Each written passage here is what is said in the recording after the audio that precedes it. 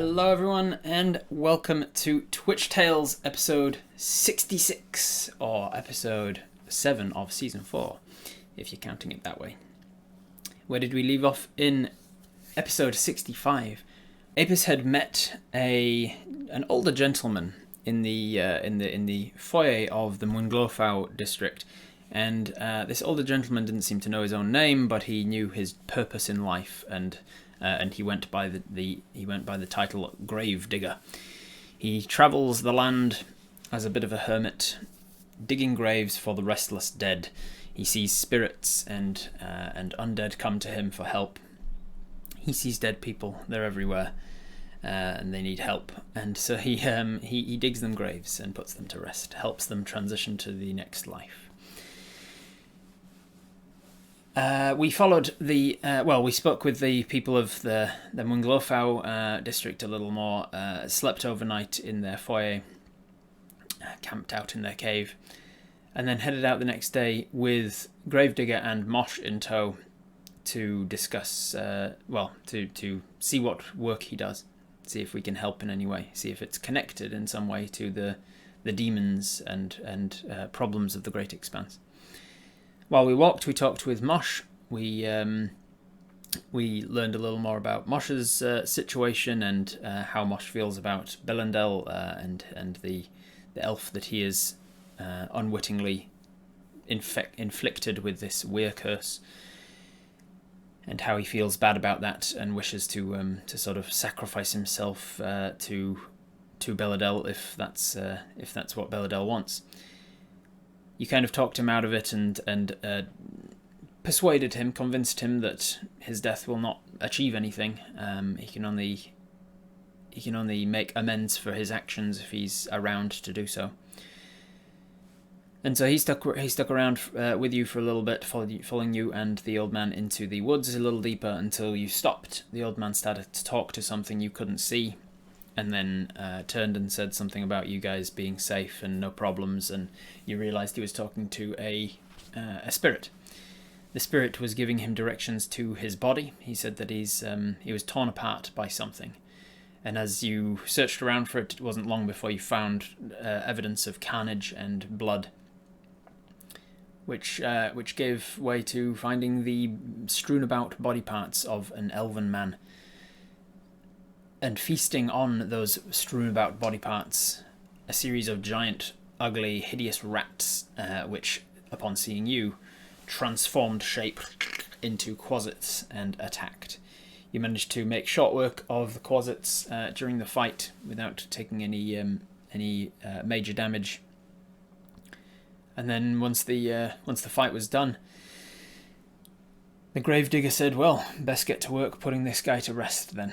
And he stuck his shovel into the ground to break dirt. And that's where we left off. So we're going to be picking up there right now with the Gravedigger starting to dig this poor fellow a grave.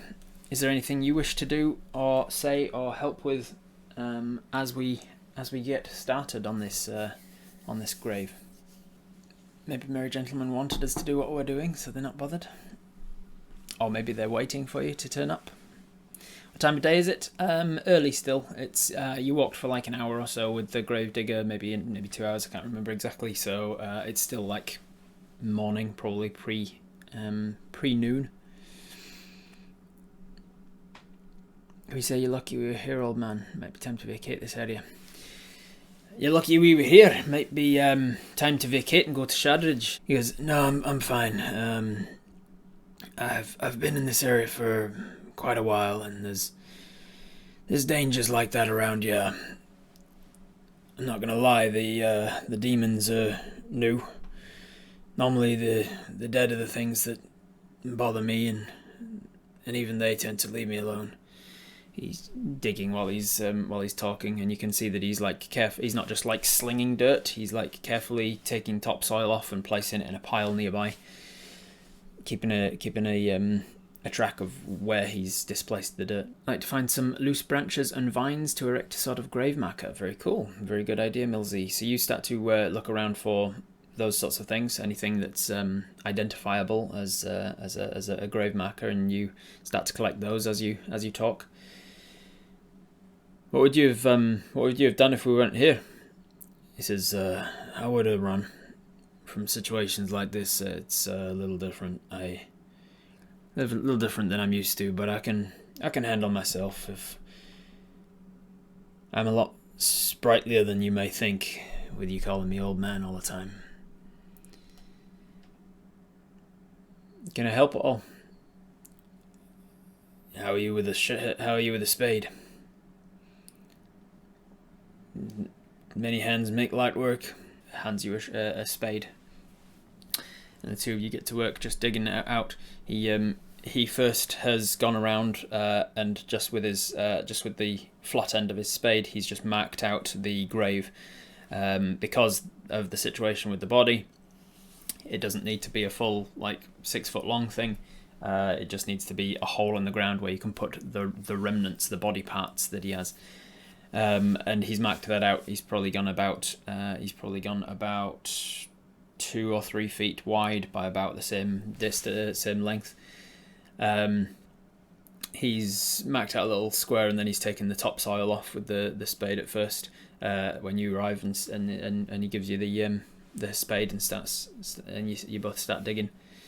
Could you give Mosh a meaningful nod, saying you all right? You look across to Mosh, who's looking down at his clothing. He's kind of absent-mindedly picking parts of Quasit and Demon off of himself. There's blood and ichor and body parts and stuff from him being attacked. He's checking himself for cuts and scratches and things. And you catch his eye. He sort of looks your way, and he just kind of nods silently. And then goes back to work, and he starts just busying himself around picking up rocks and loose branches and things, and just kind of clearing the area so that it's a slightly more respectful area to lay someone to rest. To tell Mel to keep an eye out. Yeah. Mel buzzes up and up into a higher branch so that she's got a slightly better vantage point to see out from. I doubt those few closets are the only ones out here. We should ask Mel and Mosh to keep an eye out. Yeah, they'll keep an eye out while we dig. So you dig for a little while in relative silence. The Gravedigger just muttering instructions to you about where to dig and try and keep the walls flatter and stuff. Eventually he gets down to a level where he explains that there's different levels of the soil, and he tries to keep them separately so that he doesn't disturb the ecosystem too much. So he goes with the topsoil on one pile, and then the next layer, the whatever that's called, there's a leaching layer or something on the next pile. And he says, I usually go until it starts to get dry. Then I'm down into subsoil. I want at least 3 feet above, because otherwise I find that the body starts to stink. Did that spirit ever tell you the name? No, I asked them. I asked them the name. They don't remember it. It's quite usual for a spirit to be a little muddled immediately after death, especially in such a chaotic and sudden death as this. If you don't see it coming, then the spirit isn't ready to leave. The spirit wasn't preparing itself for a journey to the next life, and so you're more likely to stick around in case of sudden accident or horrific death. He'll remember his name in time. About when we will be done here, I think.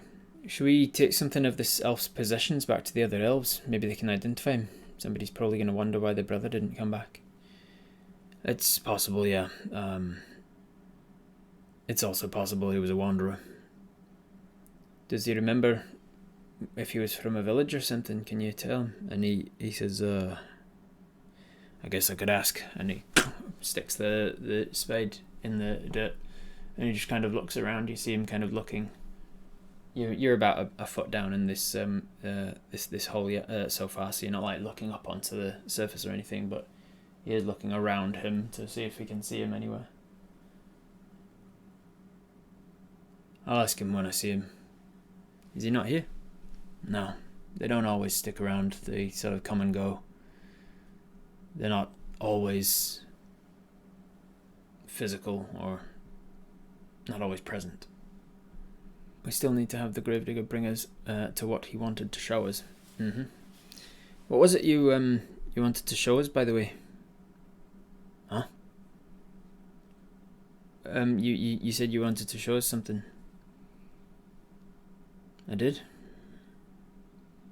I don't remember. You're gonna have to refresh my memory. Sorry, my brain isn't what it used to be. What is it that he wanted to show you, if you guys remember? Is there anything left on the body to be identified? Nothing. I mean, no like tattoos or anything. The body parts were mostly like you wouldn't be able to piece together an entire body from what's left because a lot of it was devoured. And then the clothing is, utterly ruined and in tatters and stuff, so there's very little to be identified with the clothing. There may, if you can find the right hand, the correct hand, maybe there's some rings on it. You found one of the hands and it was missing 2 fingers. It was just the 2 fingers and the thumb. You haven't found the other hand. So maybe rings, maybe something like that. So this is going to sound, well, rude, but it's just curiosity. You don't have to answer, of course, but have you died? Is that why you can't remember your name and why you can see them? He pauses for a minute, just for a moment, and considers your words, and he says, I don't think I died. And obviously, not being a straight yes/no question confuses you a little. But he says, I think I experienced death without being dead. There's a plane. Have you heard of the Shadowfell? You have. You've been there very, very briefly. Aye? You have. Of course. Well, not everybody has. I spent some time there. And I didn't. It's a plane of death, and it's not. I don't like to talk about it, but I think I experienced death while I was there. I experienced what it would be like, and I was not the same when I came back. It seems like he's being polite in trying to answer your questions and things now that you've spent some time together, and he kind of owes you a little bit of debt of saving him there. But he also is uncomfortable talking about it too much. I wonder if he had a religion. Would be good to know for the grave marker. I usually just put a couple copper on him. It'll help transition to the way for Miganash. Not exactly strong in this area. What isn't? Miganash. He's not strong in this area. I don't feel his presence very strongly around here. For anyone who's new or has forgotten, Miganash is the god of transitioning between life and death, the god of funerals, the god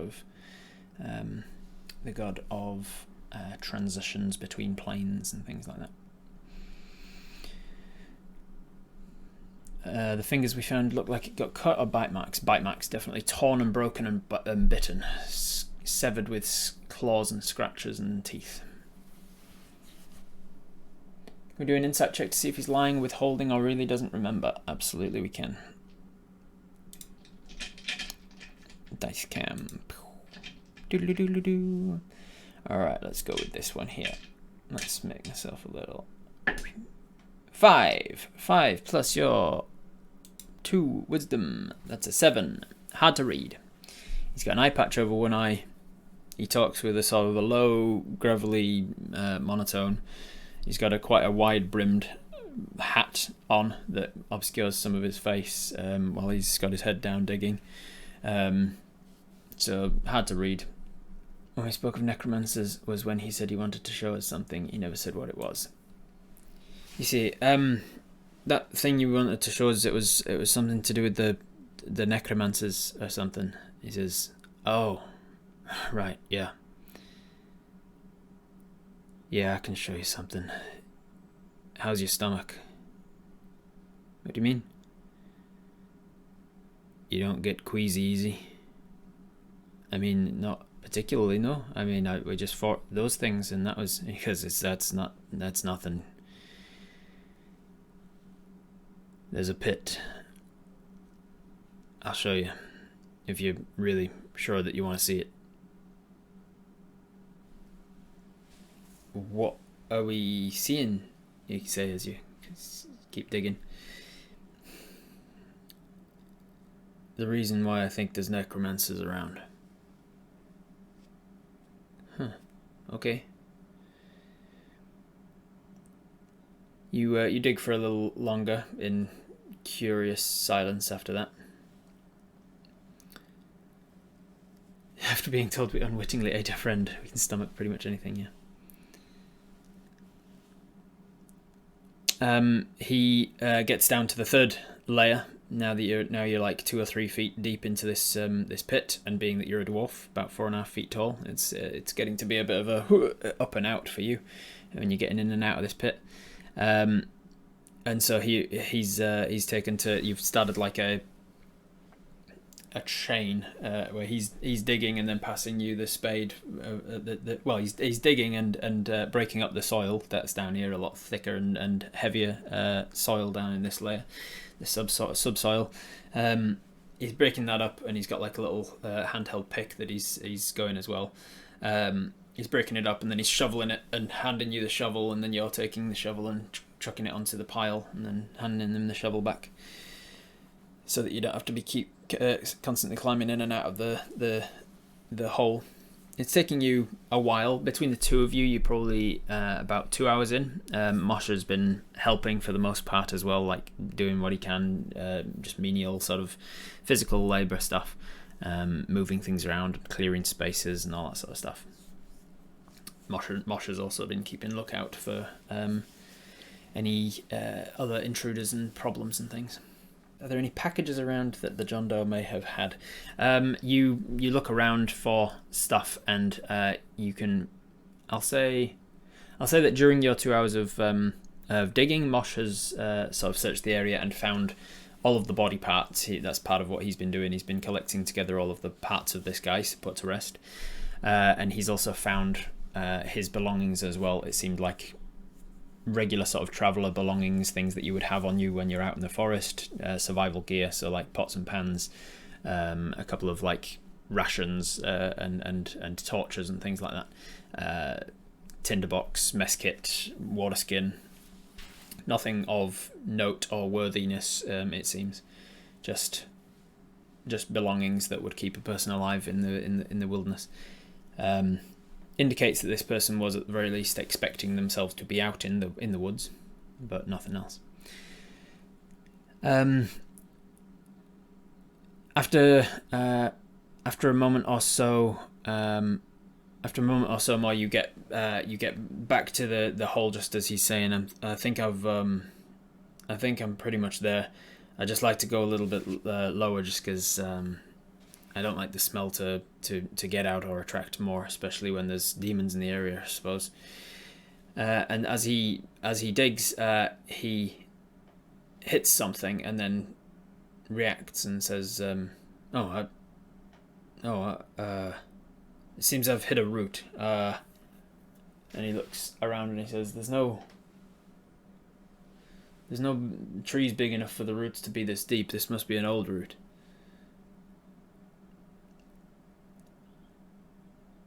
He brings his shovel back up, and he puts the shovel to the side and says, "Hand me the spade." I'm gonna have you make a perception check real quick. Hey, nat 20. Look at that. Nat 20 plus your perception, and because it's forest based, you get your forest bonus on it as well, and oof, it's just gonna be like a 20 million. With a 20 million, you see that immediately, as he puts the shovel up onto the side of the hole and asks for his spade instead, you see that the bottom of the shovel, where he was like scooping dirt, where he hit the root with it, it's got like a rust towards the edge of the tip. It's like a rusty red tip. You pick it up and realise this is a brand new shovel that he's just bought from Munglofau this morning. And so you grab the shovel and look at the rust and realise it's not rust, it's wet. It's wet red, and it looks an awful lot like blood. As he grabs the spade and gets and goes to hit, this is when you see the blood. You says, "Something's not right here. Get out the hole." He says, "What? What do you mean?" And he immediately puts his hands on the edges of the hole to start lifting himself out. "What's wrong?" And you say, "There's this," and you show him, and he looks at it and says, "Ah, shit. Yeah, shit." And he gets up out of the hole as well. And you look down and you can see that the root that he's exposed, that he has hit, he's cut across it with the edge of the shovel, and you can see that there's blood coming out of the root. Mosh comes over and says, "What's the matter?" Say, "There's blood," and he says, "Of course there's blood. What?" He says, "No, this one," and he points down at the root. And the Gravedigger says, It's all right. I think it's an old one." "What do you mean?"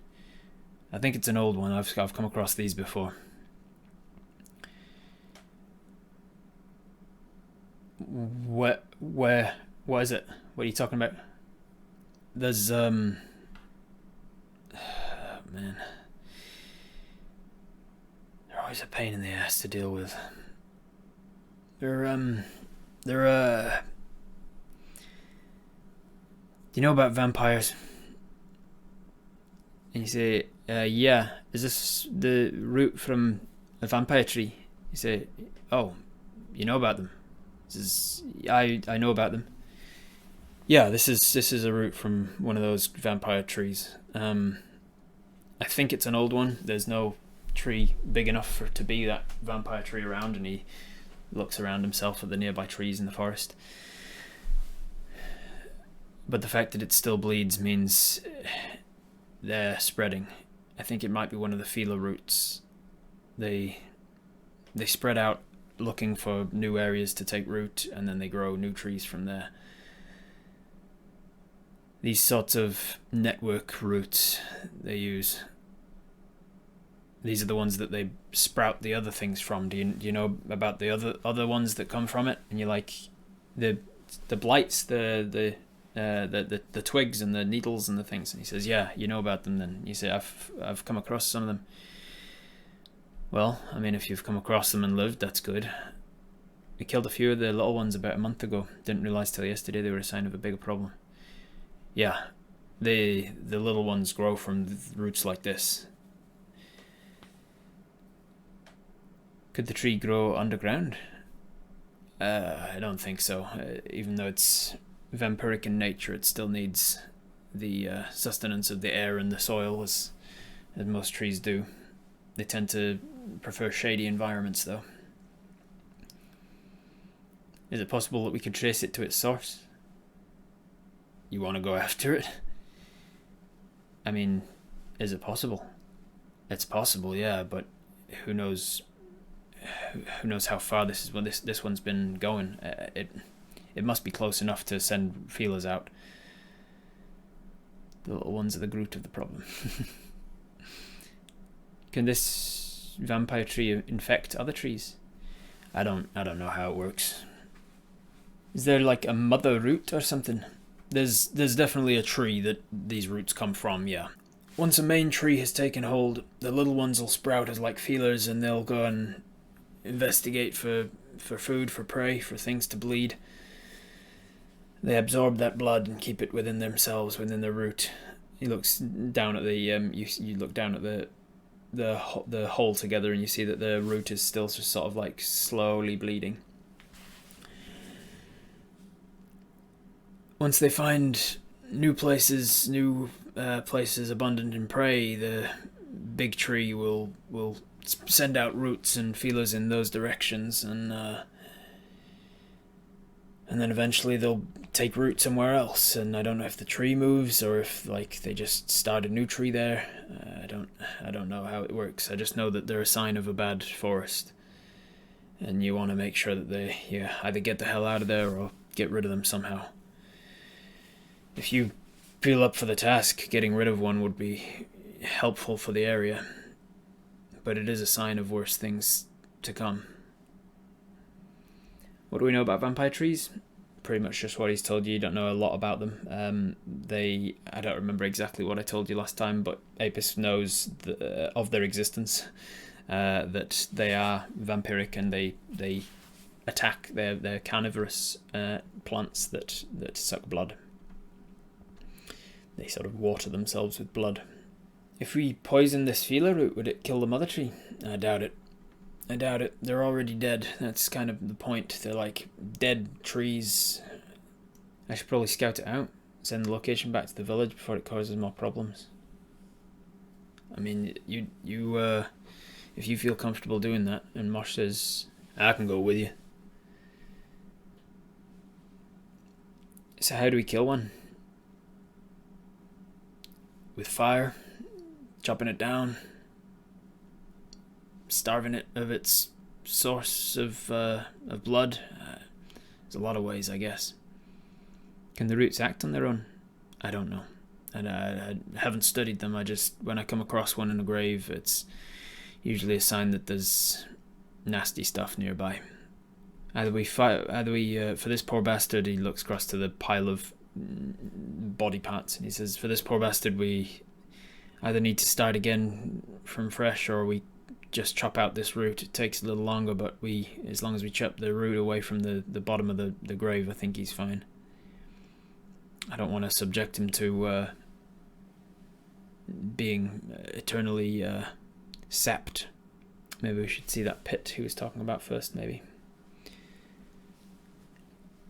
Should we see that pit that you're talking about then?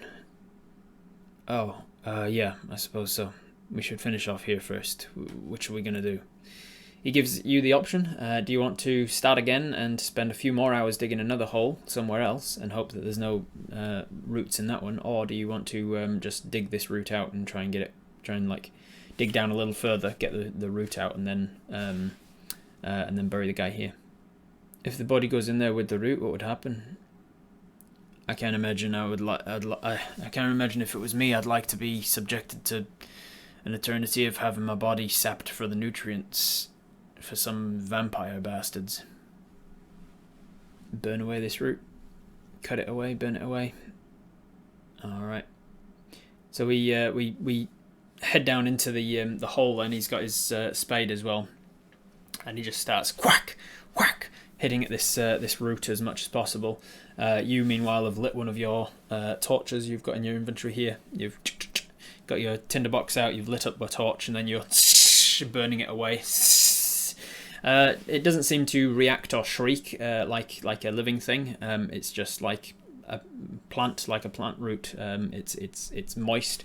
It's got blood running through it, so it is not exactly dried wood. So it doesn't burn immediately, but it definitely does. It definitely does burn. It definitely sears as you singe it. As he's hacking and you're singeing, you do smell blood, like burning blood. It's not pleasant work, and it's not quick work. He cuts as much as he can with the blade of the spade. He's also got some smaller gardening tools, handheld ones that he can get in there and cut with. And he does his best with all of that stuff. He comes up with blood all over his hands by the end of it, and you use your water skin to try and wash that off for him as much as possible.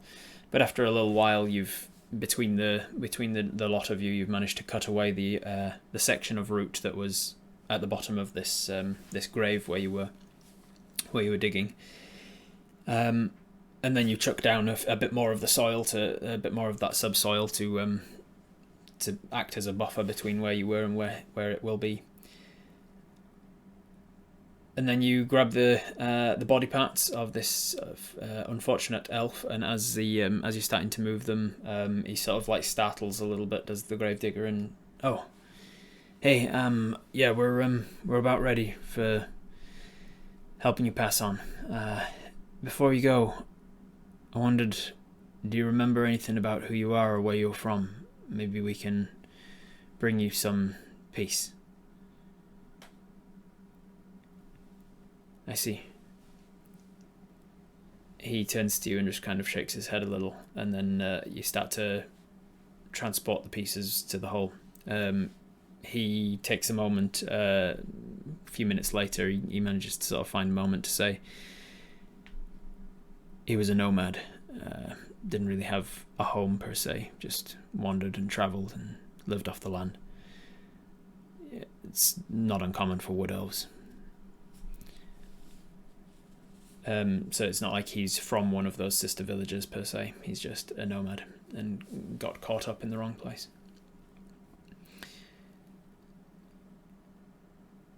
You place the body parts that you can in a respectful way, and then he starts to place the topsoil, this subsoil back underneath, on top of it. You say, "I'm sorry that we couldn't give you a better ceremony. May you rest in peace." And you take a few moments to fill in the hole. You ask him what was his name, so that at least we can remember him. He says, names aren't as important as we think. Not on this plane. On the next plane, it's not as important to remember who you were on this one. It's more important that he just reaches where he's going. If he reaches where he's going, he can come back. If he chooses to. And he just leaves it at that. It seems like he's not going to push the matter. As you pat down the last of the dirt, he's saved behind one last shovel of the topsoil. And he reaches down into a small coin purse on his side and fishes out 2 copper pieces, and out of another coin purse next to that, a small strip of black ribbon. And then he wraps the black ribbon around the 2 coppers, and he places it down on the fresh sort of overturned dirt before putting the last shovelful of topsoil on it. Mosh has put a little grave marker there, some stones and some stones and some vines and branches and things that are sort of stacked together in sort of like a cairn shape to signify this guy's grave. I wonder if burning that route did release a distress signal to the rest of the route. I'd be cautious of vampire tree company. Yeah, maybe. I mean, we should always be cautious of them, I suppose. But it's good to know that they're in the area. They're a little further south than I would have liked. I tend not to go too much further north of this because of, well, the demons, the portals, everything else that's going on. The nasty feeling of undeath, and of course, the pit that I'm going to show you.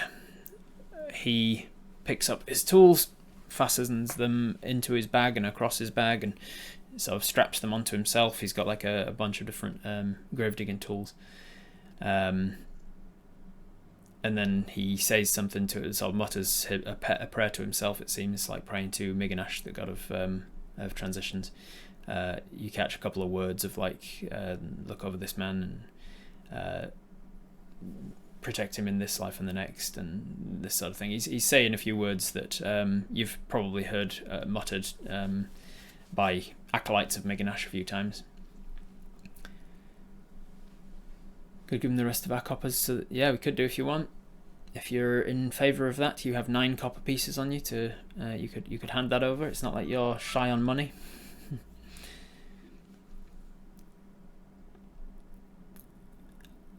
How would you have dealt with the demons if we weren't here? I wouldn't. I wouldn't deal with demons. Undead, I can handle myself. They leave me alone. The demons, they're a different story. They're not something I'm used to. I don't really know about them too much. As I said this morning, I unlike until today, until these ones, and he kind of gestures to where the fighting took place. Until these ones, I'd never seen demons in this sense before. I'd seen creatures taking other forms and beasts of demonic nature, evil folk, restless dead, but I've never seen a demon like that before. Everybody's saying, yeah, sure. You say, listen, this is to help with your task. It seems like you need them more than I will. And you hand him over the 9 coppers, and he takes them from you and looks at them, realizes what you're handing him, and says, "Oh, thank you. That's very kind of you." I'll hand over the 9 copper. Is there protection from good and evil still active? I don't think it would be, no, because it's I can't remember how long it lasts, but it's definitely no more than an hour. And you've been digging a hole for at least 3 hours, I'd say. The undead leave you alone. They don't see you. Yeah, I seem to have protection from them. They see me as one of theirs, maybe, or they see me as helpful, or maybe it's because I'm no threat to them and I'm helpful, or I don't know why it is. I don't propose to know why it is. So you start setting off to following this guy. Start setting off towards the pit that he's talked of.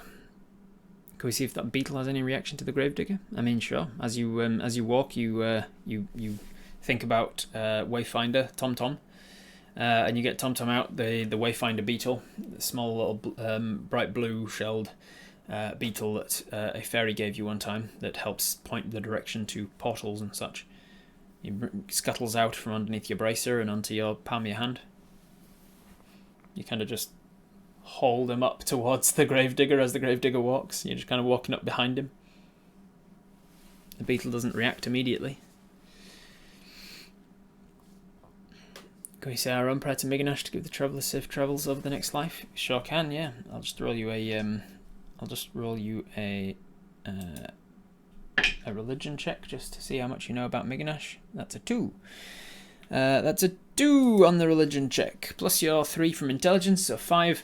You say a prayer, but you're not sure if that's the way that Miganash likes to be prayed to. You don't know if you've included any of the right sort of references, or whether you meant to start with a particular phrase when you start praying to him, or whether you meant to end in a particular way, or you're not sure of any of the rituals of Miganash. So you just do your best and just like hope that your intention is more important than what you're saying or how you're saying it.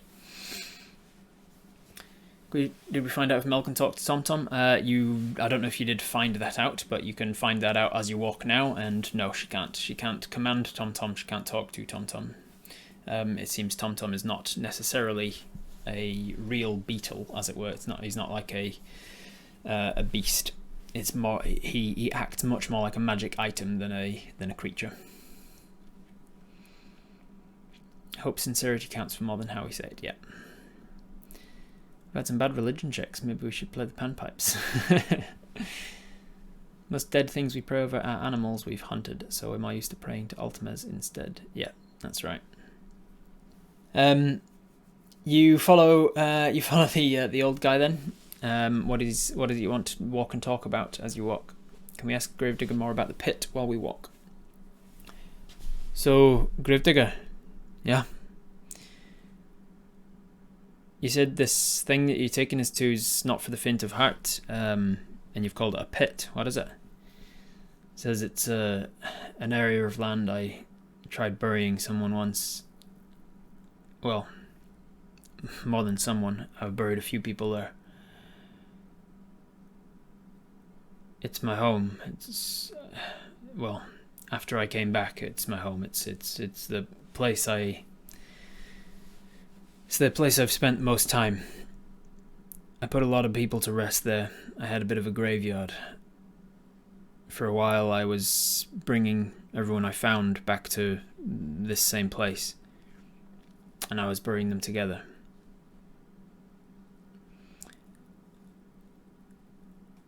And then I stopped when I realised they weren't restful anymore. What do you mean? They were coming back. The spirits weren't finding... No, not the spirits. The spirits were gone. I'd put the spirits to rest. But the bodies, the bones, they were coming back. Can we ask why he follows death as a gravedigger? Why is he a gravedigger? You have...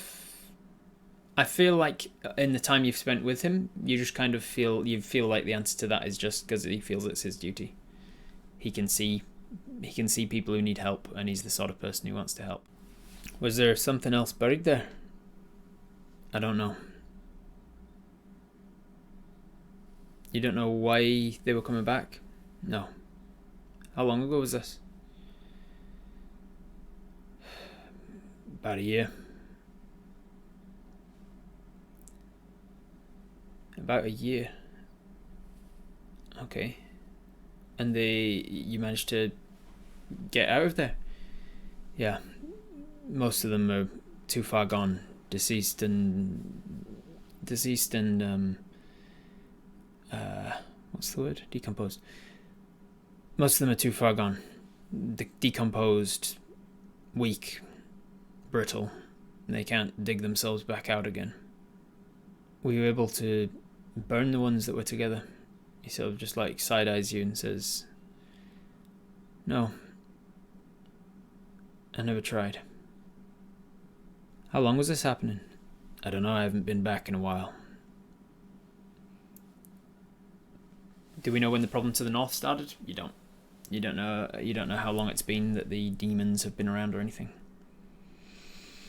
Not Sally, but like Wraith said, a mentor maybe. Maybe. Have you ever seen shadows come to life? Shadows? No, I don't think so. There's a way that a necromancer I met she was killing people and then stealing their shadow. Huh. They will come up with new magics, won't they? They certainly will, yes. She was using people's shadows to then sap the life from other people so that they would die and then their shadow would grow. And so 2 shadows became 4. And 4 would have become 8 if I hadn't stepped in. 8 would have become 16, and then before you know it, the whole town is dead and shadows are running everything. I don't know what her end goal was.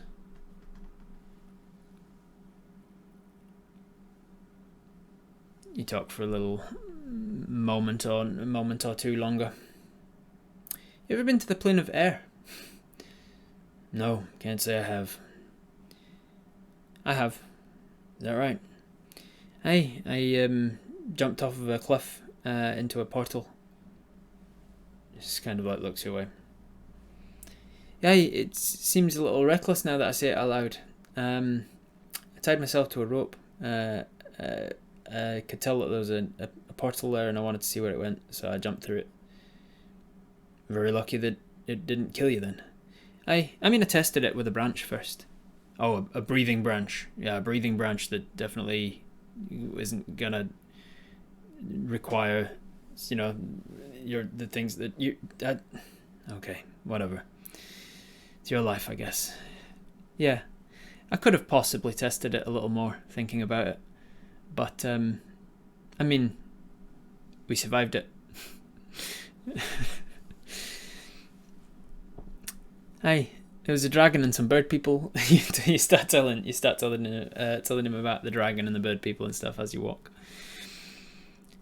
It's not much longer before you come to the edge of a very, very old, abandoned, rusty fence.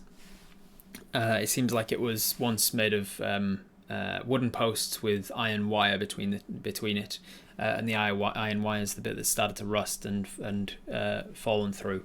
Some of the nails have come out of it and things like that, and the posts are a little bit on a lean.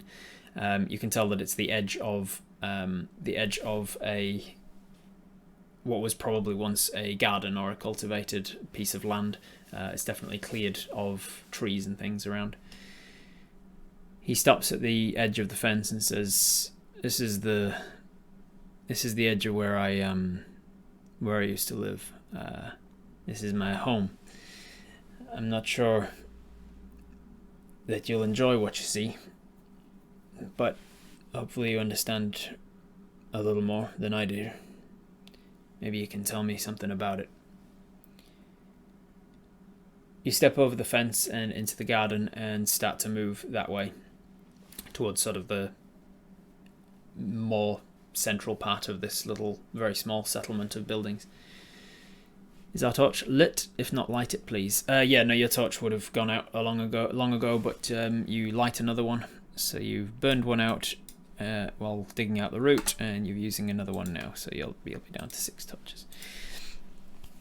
You light up another torch. It's afternoon, so it's still light out, but you want fire on you anyway, so it's a good idea to light that up. You walk for a moment or two longer until you get past like the main building, sort of the size of like a farmhouse or something. He walks past that. You can see the front door is kind of busted a little bit and rotten in its hinges, and there's a couple of vines have started to creep up onto the porch. It's not been abandoned for many decades, but it hasn't been well maintained. He says it was about a year ago that he abandoned it, that he left when this started happening, and it looks like he mustn't have been taking very good care of it back then, because it seemed like it's been abandoned for a little bit longer than that. Maybe he was squatting in an already abandoned building. You sort of crest over the next part of a small hillock and look down over a larger kind of cleared area, and you can see that it's definitively a graveyard. You can see that there are grave markers, tombstones, and the like. And you can also see that there is down the far end a larger hole in the ground, like an open grave, but something at least 3 times the size in both dimensions as a regular open grave would be. You can see that there's a couple of disturbed areas of ground. Yes, you can see that there are areas where the soil has been pushed up and sort of like molehill pushed up in most directions. It doesn't look like a sinkhole, no. It looks like an excavated hole. He stops at the top of this hillock and says, "This is it. This is the graveyard, and that's the pit. What happened here?" Mel is still with us, yeah, and so is Mosh. What happened here? I ran out of space. I had a notion in my mind that I needed to get all the bodies located in the same place. I needed to have them under my protection, under my watch. If I had them here, I could look after them. I could put them to rest in a more respectful way if I had my resources. And unfortunately, there was an area I came across that just had too much carnage. There were a lot of souls. It was north of here. There were a lot of souls, all sort of vying for attention at once. Their bodies were kind of in the same way as our friend this morning. Their bodies were all in pieces, and it was impossible for me to know who was who, what was what. And so I thought the best thing to do was to put them in one place, let the souls sort themselves out. So I dug the pit. But in my journey ferrying back and forth with the parts, must have taken well over a week. Towards the end, I saw the thing that churned my stomach, that made me never come back here. they were moving down the parts were moving over each other. They were writhing and groaning, and air was escaping lungs that should have been punctured long ago. It's not a pleasant sight. Did you see roots like earlier when digging? Not here. It's part of the reason I wanted to bring everybody here, because I knew it was safe from those vampire trees.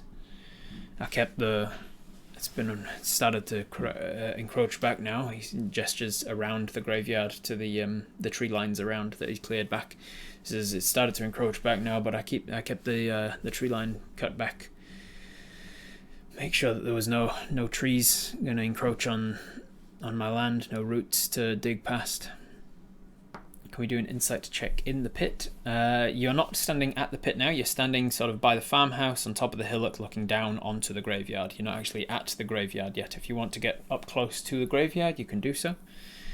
You can just see from a distance. You're probably like, I don't know, 100 meters away or so from the pit. 50 meters or so from the edge of the graveyard proper, and then like 50 meters to the edge of the pit. Am I getting in pits? It never ends well. Use TomTom to check if it points to a portal in this direction. Good idea, Sasha. You reach your hand out and summon TomTom from the edge of your bracer, who scuttles out into the palm of your hand, and his little antenna look up at you as if like waiting for a question. What do you want to ask it, Sasha? What are you asking TomTom? Just a portal, or do you want to ask for a particular portal? We can approach the pit and peek in. Can do if you want. Get Mel to fly above, tell us what you can see inside. Can we hear anything from here? Not from about 100 meters away now. Will he take us closer, or do we go alone? If you want to ask to go closer, you can do so. He just kind of stopped here because this is where you can see it, and so he was telling you about it. The nearest portal, just the closest one for now. Do you sense any portal around us? Closest, any portal. Immediately, the little antenna turns and heads up your index finger in pretty much the direction of where you're looking, where you're facing, in the northward direction, slightly west of north. Can we get any closer?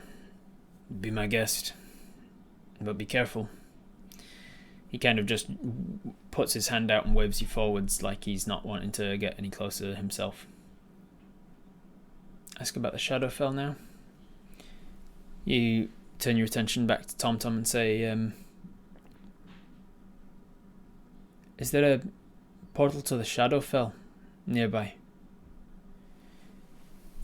His antennas sort of twitch and flicker a little. He walks back down to the palm of your hand. He kind of like circles a little bit and then stops and looks up at you with his little antenna going. Seems like that's probably a no. You say, wait here to Mosh. Mosh says, you sure? I can come with. It might be dangerous. Mel, can you she buzzes down. Yes, Abis, what I'm gonna do for you? Can you check to see if from above to see if there's any? Just stay high, but check to see if there's anything I should know about that I can't see from the ground. Of course. She buzzes off towards the graveyard and starts doing a little circuit of it above the place. She buzzes back, and she says, "There is movement in the hole in the ground, Apis. There is a lot of moving things like maggots." Are dice active? Have we used them this day? I don't think we've used them today. We used them last night. We used them last night in the cave of the Munglofau district. Stay away from that pit unless we're throwing fire down there. What does everybody want to do? Apis, what are you doing? You are standing by a graveyard. You know that there's a portal somewhere to the north. I'll have you make a perception check to see. 5 plus perception of... Your perception's pretty good, especially in the forest. Forest bonus. So that's +8, isn't it? That's a 13. With the 13, you can see that the direction it was facing is kind of mostly just like an uphill. Like you go downhill immediately, this little hillock, but it's just like a small divot before it goes back up again on the other side of the graveyard. So that's heading uphill that direction. There's tree line. There's a small river that's running down that way that goes past the graveyard. There's like a little mountain in the horizon. Other than that, you don't really see anything with your perception check. Cautiously approach the pit. All right. So, with the torch out, you cautiously start to approach the pit. You pause. You turn around and you say, "Did those moving things try to attack you ever?" He says, "No, they never tried to attack me. But then again, I said the restless dead tend to leave me alone." Okay. You turn and you walk that way. You walk towards the graveyard. It doesn't take you very long to cover the distance between this and the fenced area where the graveyard is. The graveyard has a lot more of a clear boundary to it. You can see that there is an iron fence around the whole thing, very rusty now. A lot of the paint has started to chip off, but it is an iron fence around the whole thing. You walk through the archway into the graveyard proper and start looking around. You can see that there's a bunch of this disturbed earth and ground and a bunch of these tombstones and things. Are you heading across the other side of the graveyard, like through the graveyard towards the pit? Ask the dice, is it within my or my current companions within 100 feet of me's ability to stop whatever's happening in the pit I'm looking at? You could do so. You could do so. What do we? Who thinks? Put a thumbs up in the chat if you want to ask the dice a question right now. You've just arrived at the graveyard. Do you want to ask the dice anything? Yes. Thumbs down. No. All right. Most people say no. We're not going to ask the dice a thing. Next thing then. Let me put a delineation. So anything after here is about the next question. The next thing is yes or no. Do we want to cast protection from evil and good on ourselves? It uses one of our 7 remaining powdered metals. Right down there in the inventory, you can see below the book. You got some powdered metal. It uses up one of those 7 uses of that, and it uses up one of your spell slots for the day. But for the next 10 minutes, you've got protection from good and evil. Undead and demons and things have disadvantage to hit you. Yes, yes, yes. Not unanimous, but mostly yes. All right. So you get your powder out, the powdered metal, powdered silver and iron and whatever else it was. Powdered iron and silver, I think it is. You get that out and you start placing it on parts of your body that where the hell is my spells? Spells. There they are. You start placing it on parts of your body that are important vital organ areas and chakra zones and all that sort of stuff, and you're chanting the words that you were taught to chant by Talila when she taught you this spell, and you feel like as the wind brazes over you and blows the powder away, you feel like you have this sort of shimmering protection for a moment or two. For about the next 10 minutes or until you drop concentration, I think it is. And then you walk further into the graveyard. We assess the situation, but we shouldn't just walk up to the edge of the pit, tie a rope around our waist and anchor it to a statue or a sturdy fence post or something before we approach.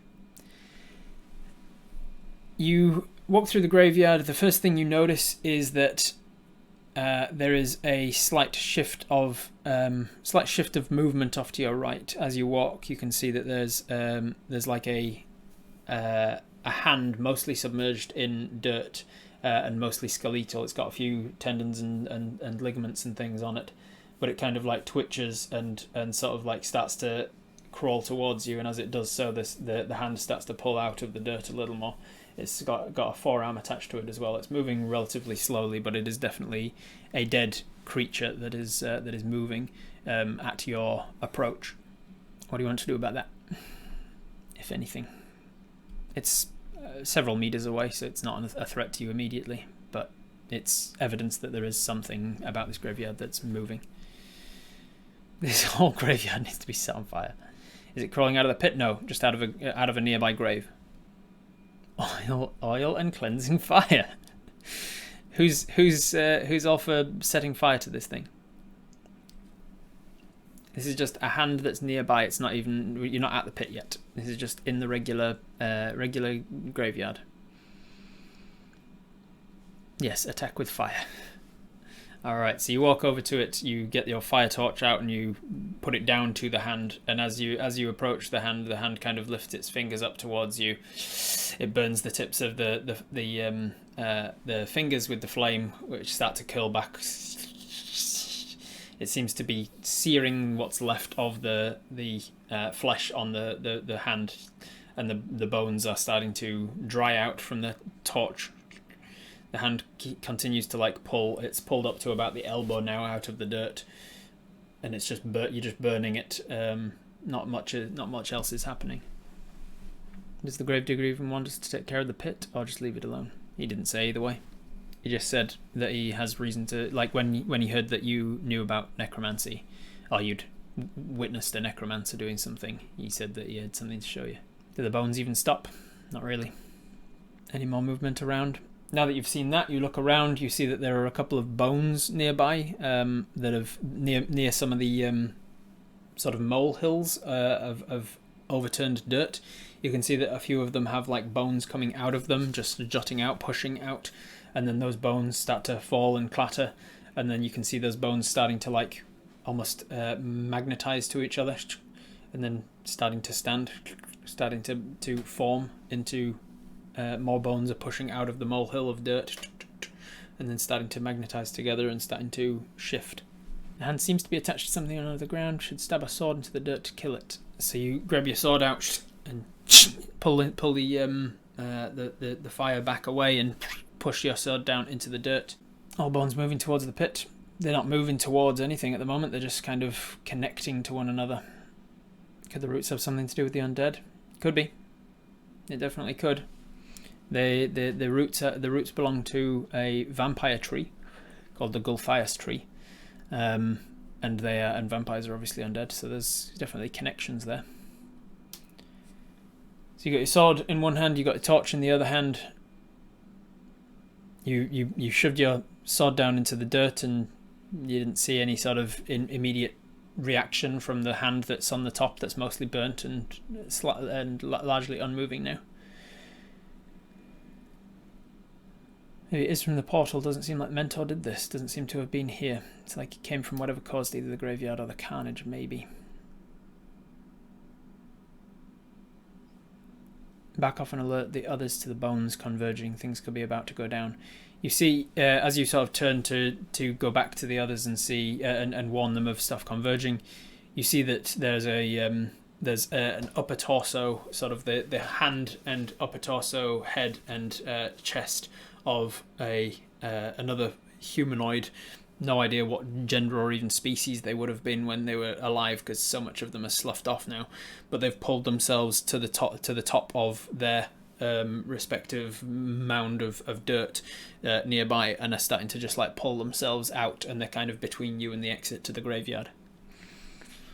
They just look your direction, and you can see their hand kind of going towards you and pulling themselves up. Mash would be quite useful here, unless their attacks are magical. He'd be basically immune to undead damage. Possibly. What do you want to do? It's still like you're still in a situation where you have the upper hand. Like you have full mobility. You have your faculties about you. Everything is sort of moving and assembling, and it seems like the once still graveyard has started moving with the arrival of you. Nope. Definitely about to go down. Fall back to the others. Fall back. So you move away from the thing. You pull your sword back out of the dirt. You move away from the assembling bones near one of the graves. You never made it to the pit. But you made it about halfway through the graveyard. You saw some of the bones there, and one of the hands coming out here.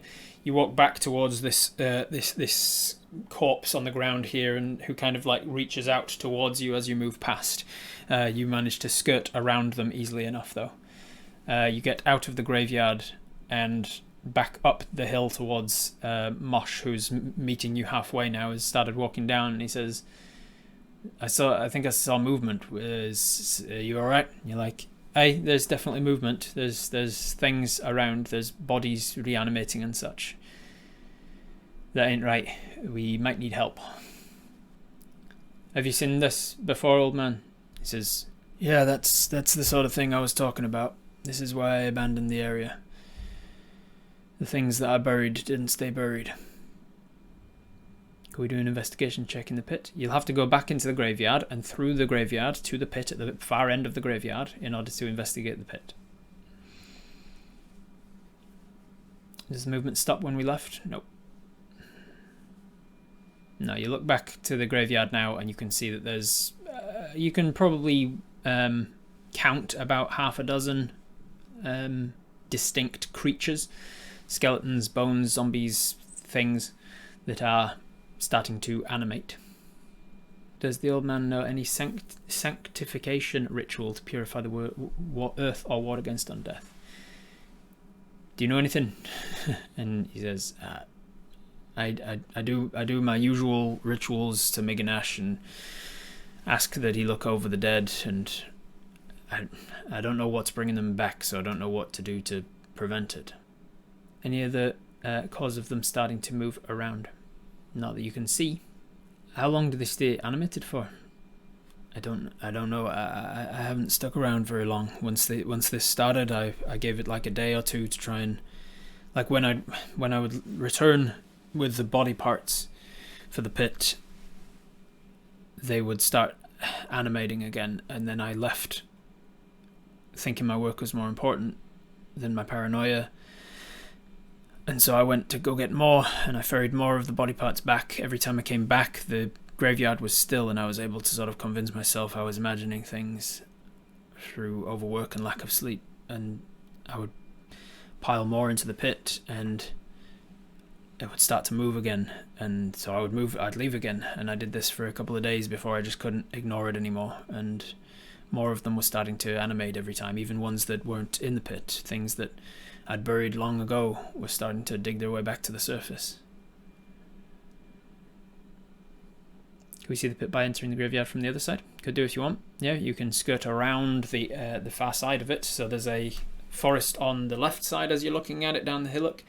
There's a forest on the left side and a river, a stream that runs down from sort of the mountainous area in the northwest-ish down towards you. It runs past the graveyard on the right side, and then down, and then it takes like a right in that sort of bit of a valley that it causes, that it forms, and heads down that way to the east. So if you go down that way, you could sort of skirt around that river and in from behind the pit that way, or you can go around the left and go down the tree line.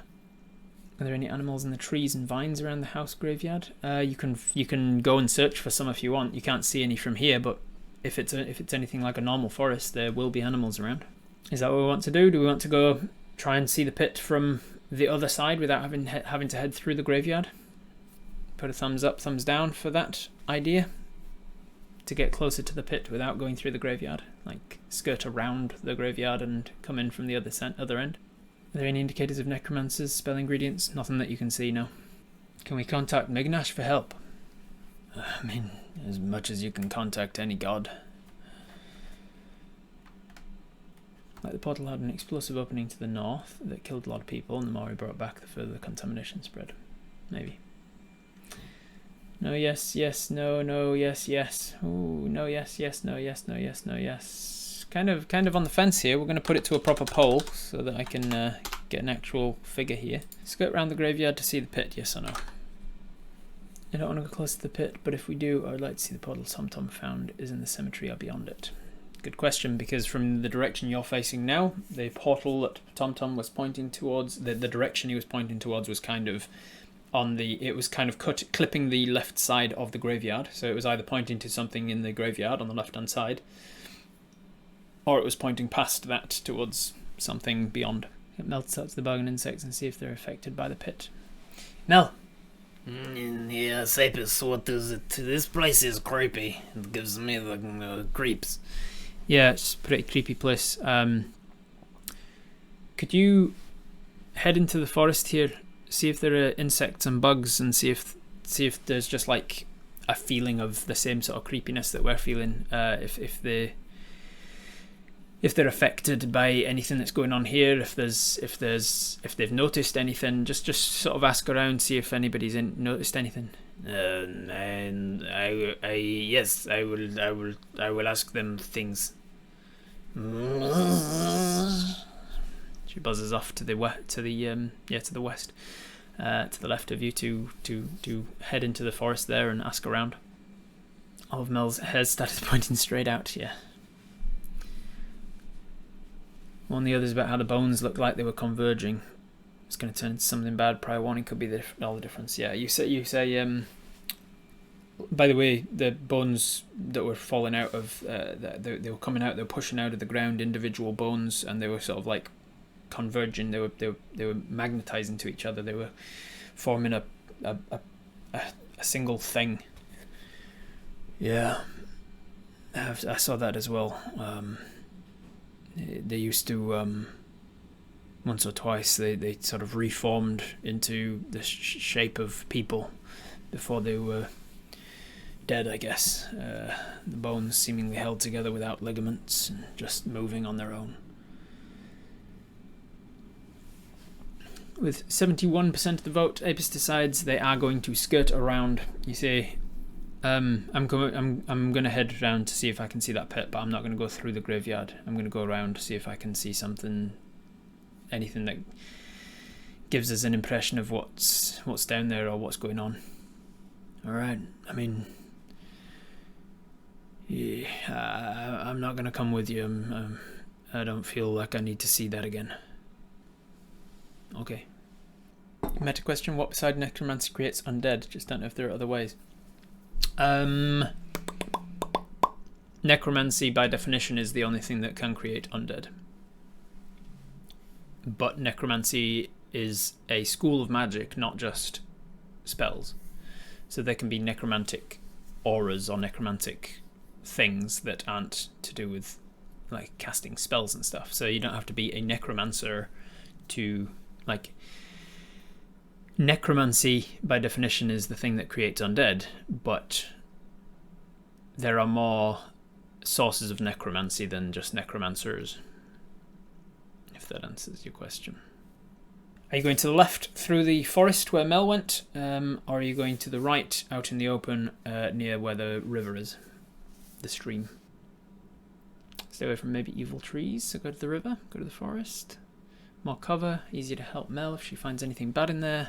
Out in the open, we can see anything coming. Can I ask Mosh to guard the Gravedigger while we look? Sure. You say, can you two protect each other while I go and look? And Mosh says, yeah, alright, I'll stay here. So Mosh stays here with the Gravedigger while you head to the forest. It seems like most people are going to the edge of the forest to the left. You head towards the forest then, after buzzing after Mel, walking after Mel's buzzing, and as you're approaching, you see Mel landing and talking to various different critters and creatures and things. What type of portal did TomTom detect? It was just the nearest portal. You didn't ask for a particular one. You asked him for the nearest one, and he pointed towards the northwest, and then you asked him for the nearest Shadowfell portal, and he was unreactive. You did not ask about the Fey portals. You arrive at the edge of the forest and start to skirt through it. You cut through the woods around the edge of the graveyard with the the iron fence around it. Now that you're nice and close to the graveyard, looking in it through the fence, you can see that there are about a dozen or so undead creatures in there now. Zombies and skeletons for the most part. You can see that the amalgamating bones seem to have completed what they were doing. All of the bones that were pushing out of one particular pit have now reattached themselves, magnetized to one another, and then have started to stand up in the shape of humans. A few bones missing in the ribs, and maybe one of the forearm bones missing, and a few of the fingers perhaps. And it's just kind of shambling around a little bit. You can see a few more of the more corpse-like creatures as well have managed to pull themselves up out of their respective graves. There's a few zombie-like torsos with a few more decomposed like hips and pelvises showing, and then like back into zombie legs. It seems like whatever's animating them is also keeping them together, regardless of whether they have the right anatomy of the ligaments and tendons needed for their own body structures. You stay vigilant for things in the graveyard as you're passing it. I'll have you roll a perception check though to see how vigilant you're staying. You're trying your best to stay vigilant. Perception check, that is a 17. 17 plus your 8 from your forest bonusy stuff is a 25. Easy peasy. You did cast protection, yes. It has. You cast it as you were approaching the grave, as you got into the graveyard, didn't you? So it's still within 10 minutes of that, so you're still fine. With the 25, you are vigilant for the graveyard, and then you also remember, oh shit, there's vampire trees around, so you stay vigilant around you as well. Hard to know exactly whether there'd be stuff moving in the forest, because things do move in the forest, like animals and insects and stuff. And so movement out of the corner of your eye can always be dismissed as that. Plants shouldn't be moving, and you don't think that you see any of the plants moving, so you should be all right there. You walk past. Eventually, you get past the graveyard though, and sort of cut out of the tree line and into onto the base of the hill there.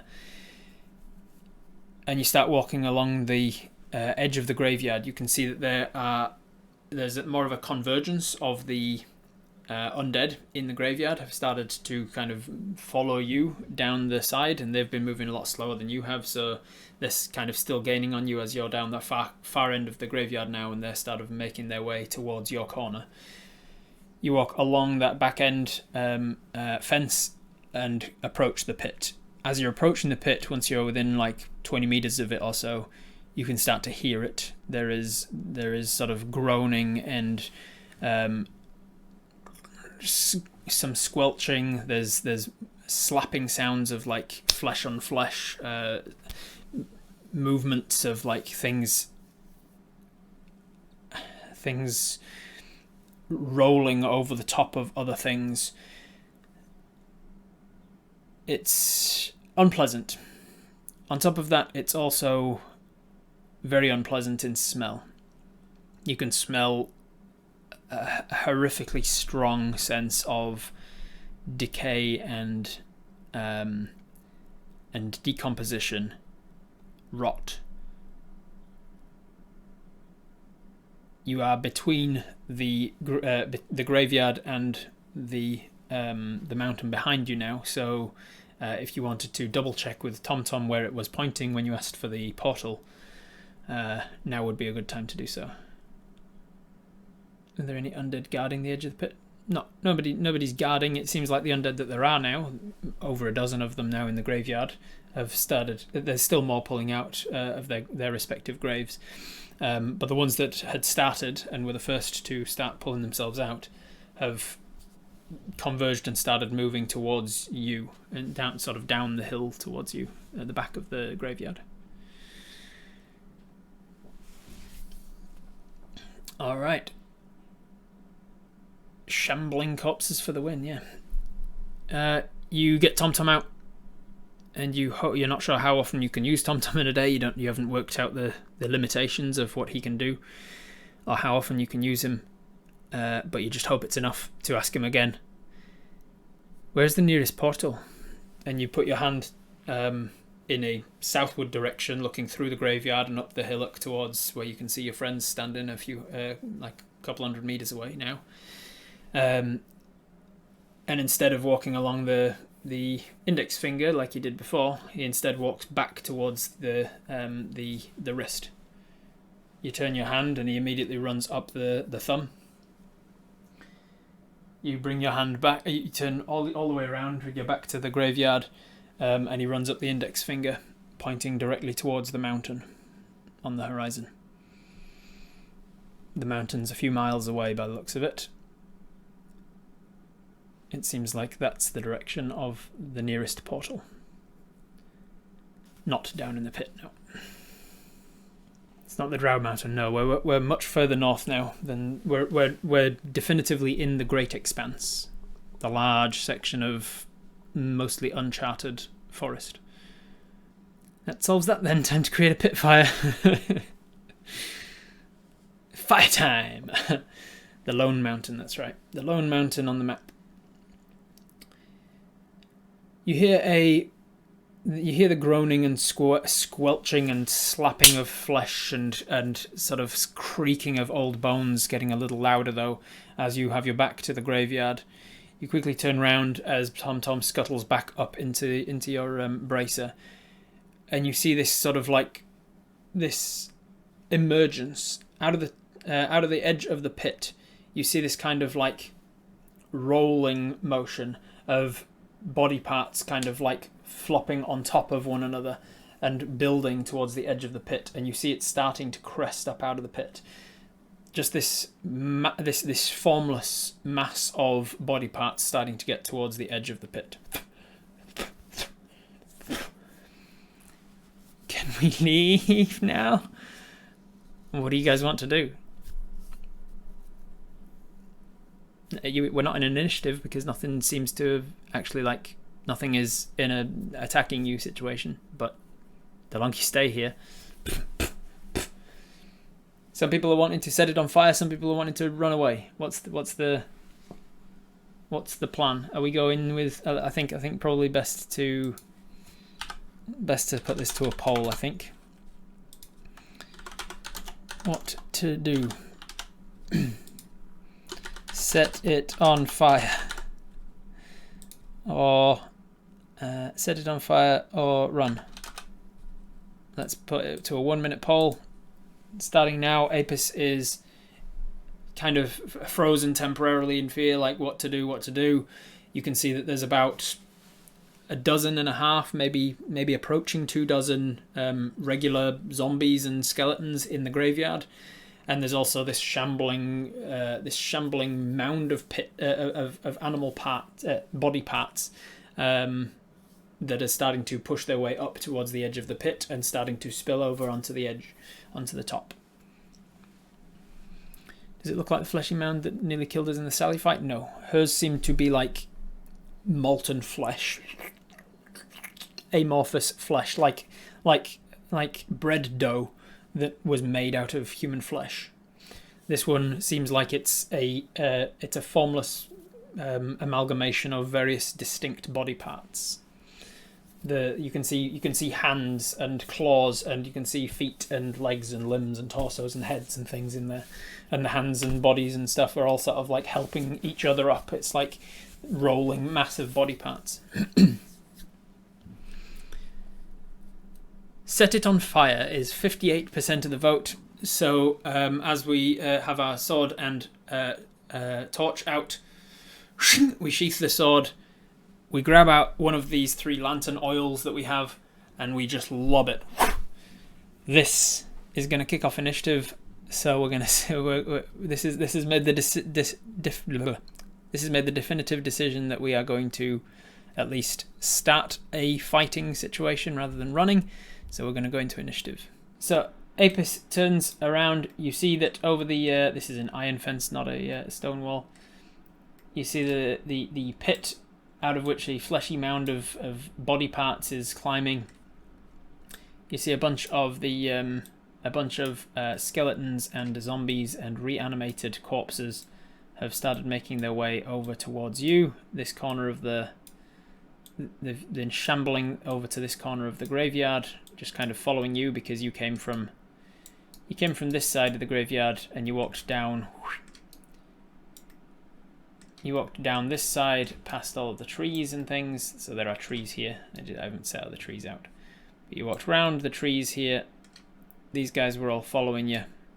All of these baddies were like following you over here, trying to get to you.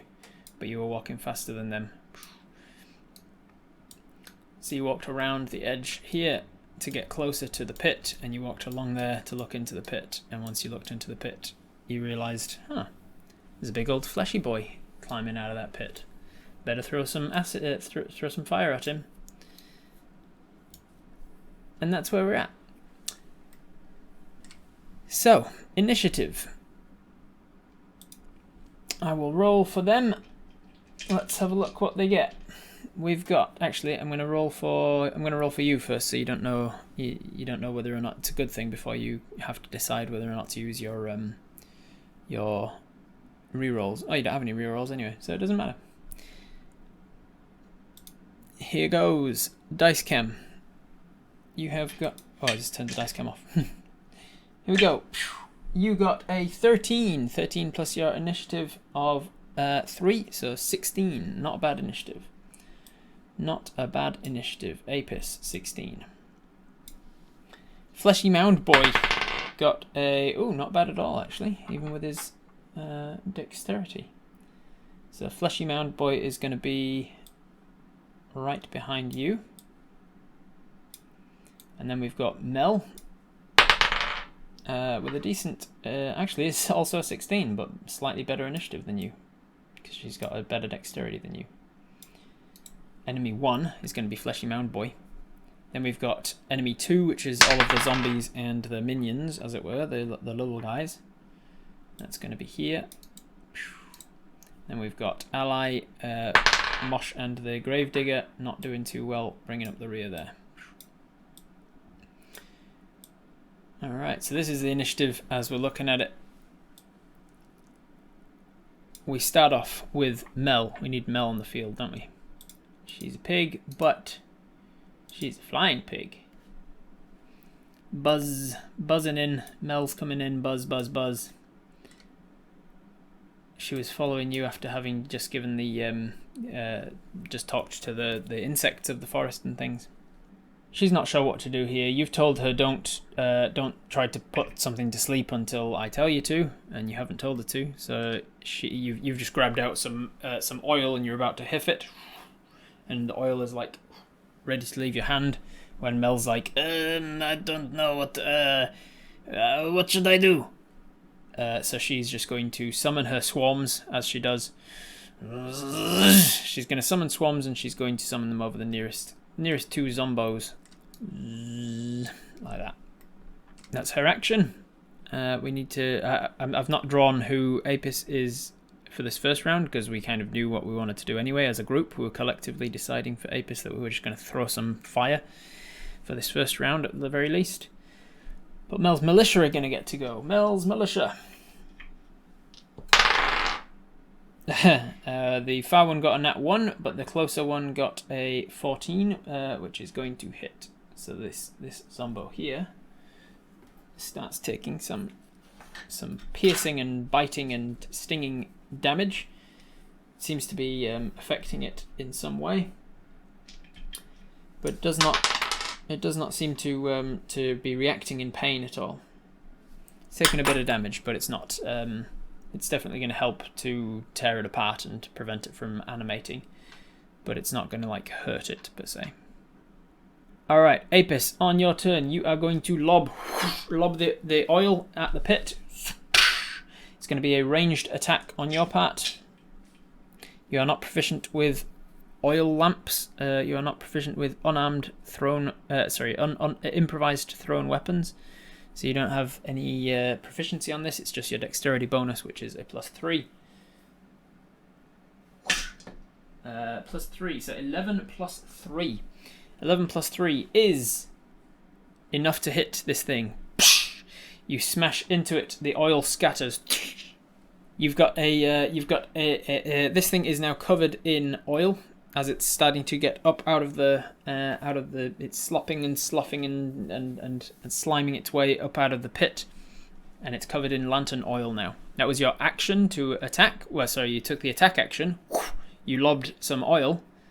You've got a second attack action because part of being a ranger at 6th level here is that you've got your 2 attacks per round. So I'm assuming that the second attack is to now lob your torch at it. Correct?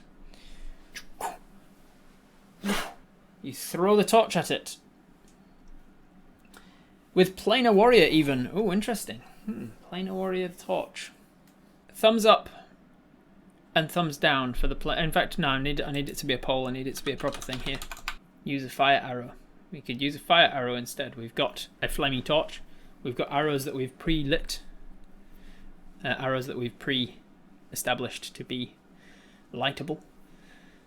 Use fire on multiple things if we use a fire arrow instead of throwing on our only source of fire. Fire arrows sound more epic. Lady Amarise points out that Planar Warrior makes all the damage force rather than fire, which is why I was asking. That's exactly why I was asking. Alright, so if we were to throw the torch, we were going to Planar Warrior with 59% of the vote.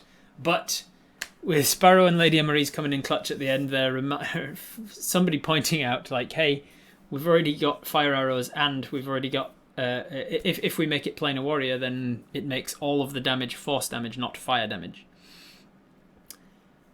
So we instead drop the torch on the ground, grab an arrow out, one of our fire arrows from our inventory. We chuck that fire arrow down as part of the attack. We can chuck it down into the flames, light up the edge, and then make an attack with the bow. And we're going to take that yes from the 59% yes to say Planar Warrior on that as well. So bonus action, Planar Warrior. Action to make the attack action. Second attack as part of that is the +8 longbow. That's 12 plus 8. Dirty 20 to hit. 20 definitely hits, and it will take the fire damage, it will take the regular damage, and it will take the Planar Warrior damage. The Planar Warrior, however, will make it all force damage, not fire damage. So it is a D8 from the Planar Warrior. It is a D8 from the arrow, and it is a D6 from the fire.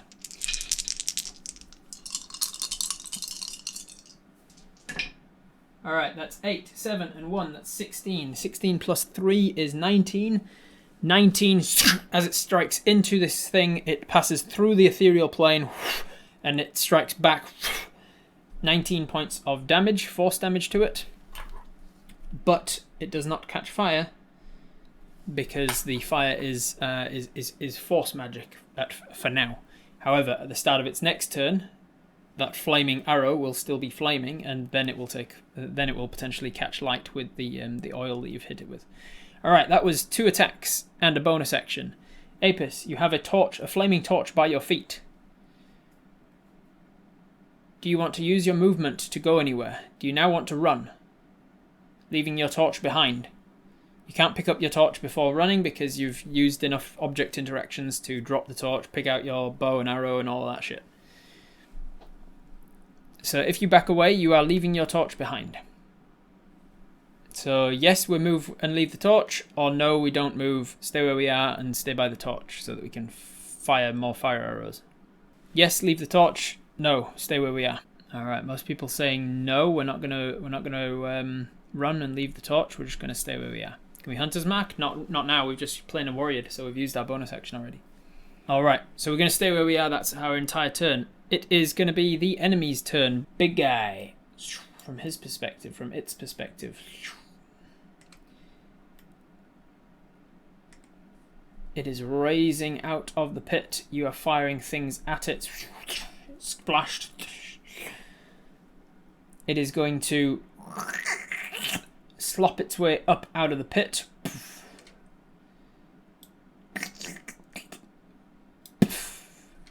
Use its movement to get over to the edge of the fence.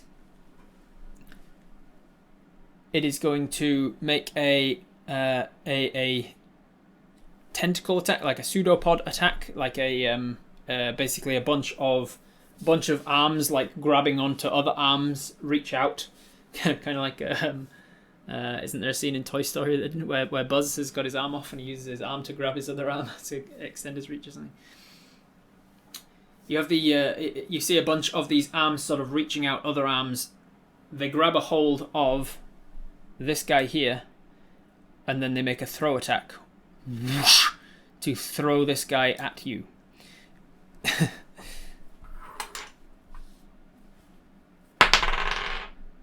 That is going to hit you. You need to make a strength saving throw or be knocked prone.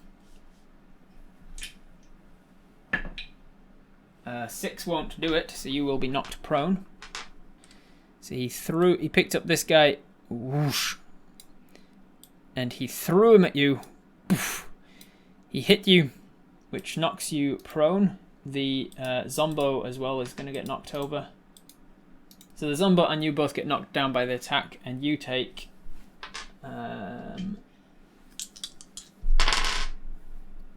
protection from good and evil. Thank you. Yeah, he had to throw it at you with disadvantage because of that. Yeah, that was just as good. It was 16 on the second one, and it was like 18 on the first. So both of those hit you.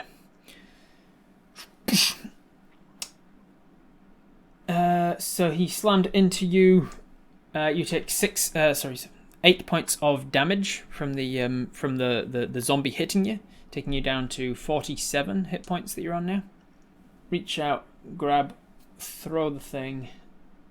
He's got another attack. I guess he's going to do the same with this log here. Because why not? He's going to grab this log here, whoosh, and he's going to lob it at you. He's got disadvantage because of your protection from good and evil spell. Nat 20 with disadvantage. Nat 1. Wow, okay. Both ends of the spectrum there. So he is going to... Oh, he might hit his friend then. Why not? Yep, he hits the zombie that he just lobbed at you. He slams... He picked up a log to throw it at you, missed it, slams into the zombie that's next to you instead, and deals that guy instead. That's 11 points of damage to the Zombo.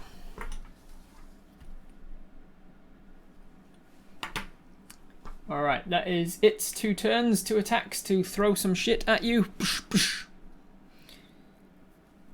That is its turn. I think that's all the enemy's going to do. This enemy is now going to... The other enemies are going to take their turn. So this zombie is going to stand up, or it's going to try. I'm going to because it got hit by a log with a net 1 thingamabob, I'm going to see if it can stand up. He can actually, yeah, that was a 16 strength check. So he pushes that off of him, pushes the log off of him, and stands to his feet. And then he's going to take an attack at you. He's got an attack at you with advantage because you're prone, but disadvantage because of the cloak of not the cloak, because of the protection from good and evil spell. So that's why did I roll twice? So so that's a straight roll. Straight roll takes it to a nat 20. So this zombie is going to hit you with a nat 20 on the ground. Just this big sort of clawing strike. It's not like trying to bite you. It's not what are they called? George Romano zombies. Then it's not a trying to spread itself. It's just an animated mound that's trying to do damage rather than trying to spread a zombie curse, a zombie disease. So it is going to hit you with a nat 20 though. So that's going to be 8, and then another, yeah, not the worst. That's going to be 10 points of damage. 10 points of damage from 47 takes you to 37. We should roll for concentration. Thank you for the reminder. Concentration on pass without not pass without trace. Concentration on protection from good and evil.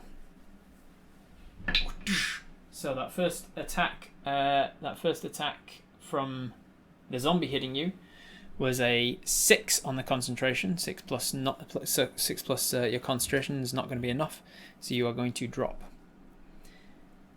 You're going to drop the concentration. I'm afraid so.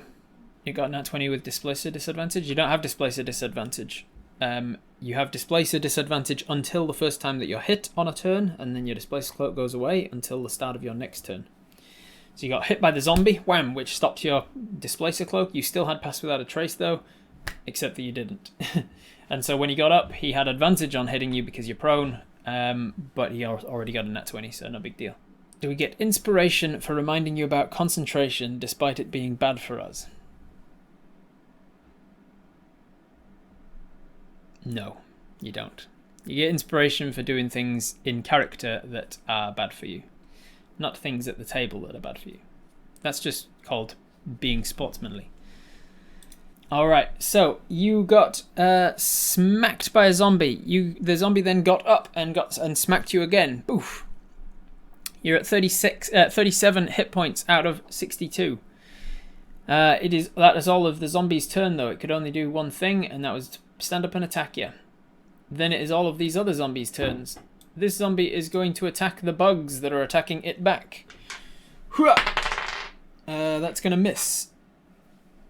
This zombie is going to go towards these bugs and attack. And that's also going to miss. This zombie is going to go to the iron fence and use its action to start clambering up and over it. Apparently, the iron does not seem to bother the zombie. If it was a fey creature, it might. It's used its action to get up and over the fence. Then let's see, minions. This zombie here is going to go to these bugs and start attacking and swatting at bugs. That's also going to miss. These bugs are going to hold out MVP. The skeleton going to come forward and start attacking these bugs. It now has advantage because it's got the surrounded condition. Still nothing. Jesus, honestly, to attack those bugs, I got a 6, a 7, a 4, a 6, a 6, and a 2. This skeleton going to come forward and attack Mel's militia. These swarm of bugs. 13 plus stuff. That'll hit at least. Alright, he's going to finally hit some bugs.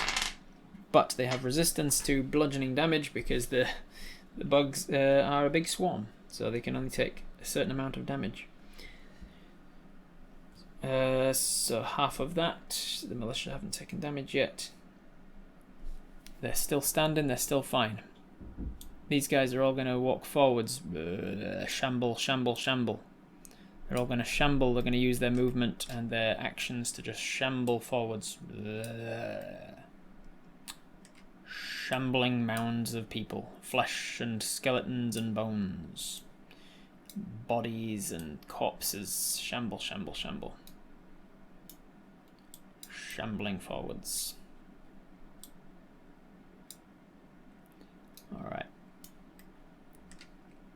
That's their turn. Did the big boy ignite on his turn? You said he might. Good point, yes. Alright. The big boy on start of his turn.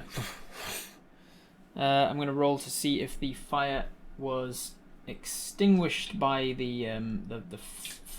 by sticking into fleshy mounds and maybe the gouts of blood or whatever that was onto it, or whether it was still flaming enough for it to catch a light. I will give you a 70% chance of catching a light. Oh no. I rolled a 73 on the 70% chance. So unfortunately it has not yet caught. He is still covered in oil. That's what gave it a 73% chance of actually catching in the first place. That's why, it gives you a 70% chance of it catching, because there was a good chance. But you sent the flaming arrow through the ethereal plane, and then, as I've described many a time with the Planar Warrior, the ethereal arrow goes well and truly deep into the creature, and then it comes back to the regular plane of existence, which brings all of that damage into it and turns all of that damage into force energy. So it seems like the arrow was stuck too far into him before returning to the material plane from the ethereal plane, and so the fire was extinguished within the body of this thing before it could really catch any of the oil alight. So you still got the fire damage from it, like the fire was the d6 that was transferred into force damage, but it seems that he did not catch a light. He's still covered in oil though, and you still have a flaming torch by your feet. It wasn't a waste of a fire arrow. You still got, as I say, the extra d6 damage from doing so. Alright, that is the enemy shambling enemy's turn. It's going to be your ally's turn now. I'm going to roll the giveaway. White Paw. Are you still in the chat, White Paw? You can start to think about what you're going to do on your turn of combat. You are prone, and there's a couple of zombies near you. There's a log, there's a flaming arrow, there's a Mel B. You want to do whatever you want to do. Just start writing out what you're thinking of doing, White Paw. You've got an action, a bonus action, and a movement. So have a think about what you might want to do with your action, your bonus action, and your movement. Ally's turn. It is Mosh. Mosh has seen this shit happening from way over here. I said he was 50 meters away from the edge of the graveyard, and then another 50 meters across the graveyard to this pit. So he's 100 meters away. 100 meters. He can move about 18 meters per round. So he's going to be doing that with a dash. That is with a dash. So he's running. Mosh is running on his turn. He's seen things coming out of the pit, but he's going to start running down the hill towards us.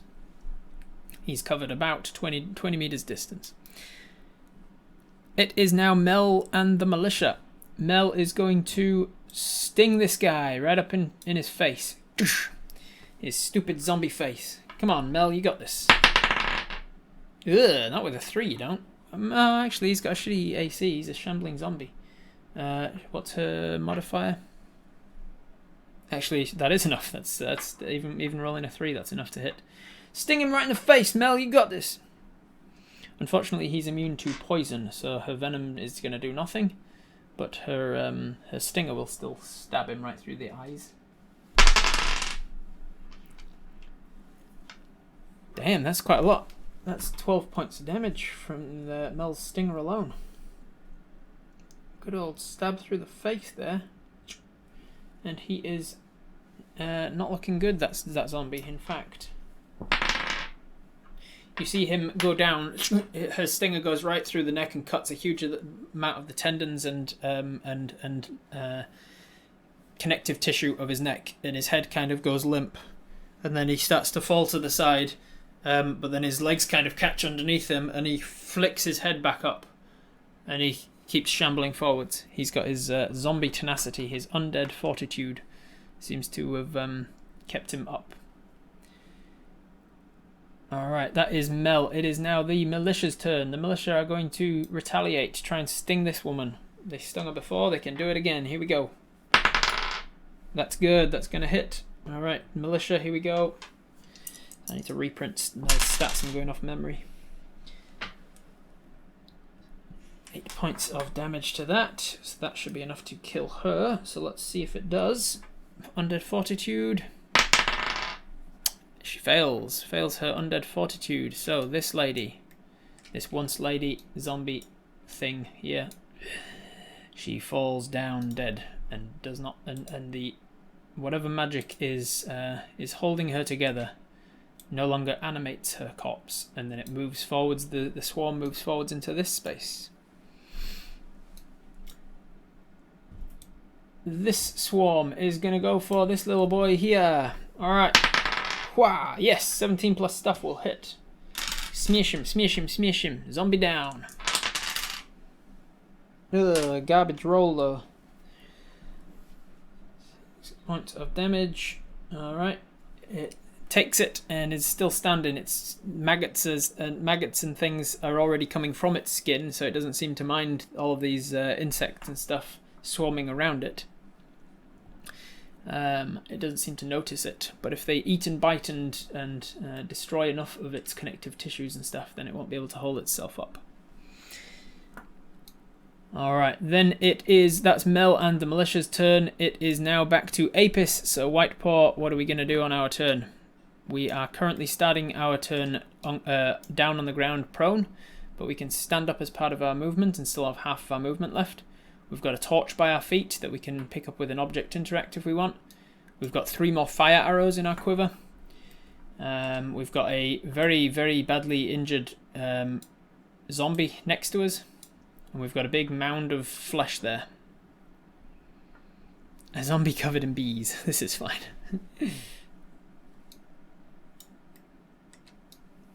I'm covered in bees. We use magic rope to capture the big enemy, run away from the enemies and towards Mosh, and use Zephyr speed. Stand up first. Excellent idea. Alright, so we are going to stand up from prone. That is half of our movement. We're going to grab our... what did we have? We have a torch on the ground. We've got a bow. Bow in one hand. So with our free hand, we grab our rope out, our magic rope. As an action, we use a command word to try and tie up the big mound of crap. That big mound of crap is within distance of us. I think it needs to be within 30 or 60 feet or something, so it's definitely close enough. It reaches out to extend and grab it. It needs to make a strength saving throw or be entangled. Ooh, that's pretty good, I'm afraid. That's a dirty 20. That's going to make it. So being all slippery with oil and the fact that it's not really one shape so much as like lots of individual distinct parts of bodies, the rope wraps around and tries to wrap it up, but it just keeps slipping out of it, and there's like a head flops over one side of the rope, and then a rib cage kind of gets caught up in the rope, but then slips free because of the lantern oil that's splashed over it, and it's just not working, unfortunately. We can use Zephyr Strike as a bonus action to give us extra speed, so we're going to use our another one of our spell slots there. Bling. We've got extra speed on our turn if we take the attack action and use the attack thingamabob. So maybe you want to go back on that, actually, Whitepaw. So the way that Zephyr works is that if you don't get extra speed every turn while Zephyr's up, you have the spell active and you're concentrating on it for up to a minute. Once, for one of the turns during that minute, you can choose to give yourself extra speed and advantage on an attack. The other benefit of that spell is that for the entire duration, for the entire minute, you also don't grant attack disadvantage. Attacks of opportunity, sorry. So if you disengage, if you run away from somebody without disengaging, they can't attack you. So that's the main point of the spell. And then the other thing is that if you also make an attack on your turn, then you get the extra speed. But you're not making an attack on your turn, so do you still want to use Zephyr or not? Take the torch instead of Zephyr and run. Okay, cool. So we don't use the Zephyr Strike because we're not going to get the extra movement from it yet. We've got a bonus action still to do something with if we want to. We're going to leave our magic rope on the floor. Because you don't just throw the rope. You hold on to one end of the rope and it animates. So you've still got one end of your rope. It's just that it's now draped across into the graveyard. Hunter's Mark, the big one. All right, so we will Hunter's Mark this big boy as our bonus action, so that we can do extra damage to him when we need to attack. That's our bonus. Our action was to try and entangle him. Now we've got just movement left. So you've got a bow in one hand, you've got a rope in the other. You can kind of throw the bow under one hand and grab your bend down and grab your flaming torch. The zombie comes in for like a hit on you as you're like bending down, but Mel's all up in his face and he's not getting anywhere. You've got your torch. You've got your torch in one hand. You've got your rope in the other. You've got the bow under one arm, and then you're just going to turn and you're going to run. As you leave his melee range, this zombie is going to take an attack of opportunity on you. But he's only going to get a 7 plus his modifier, which won't hit 15.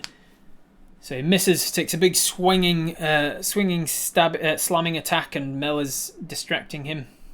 And then you're going to move 5, 10, 15, 20, 25, 25 actually, because you've got tiny legs. Oh, and you had to stand up from prone actually, so you're not even moving that far. 5, 10, 15. You're only able to get to there. Top of your round, top of your turn. You haven't been hit, so you your cloak, your displacer cloak comes back, and we got it good. We got it. We got the cloak working nice and well for us. We are still within melee range. Well, within walking range of these two zombies.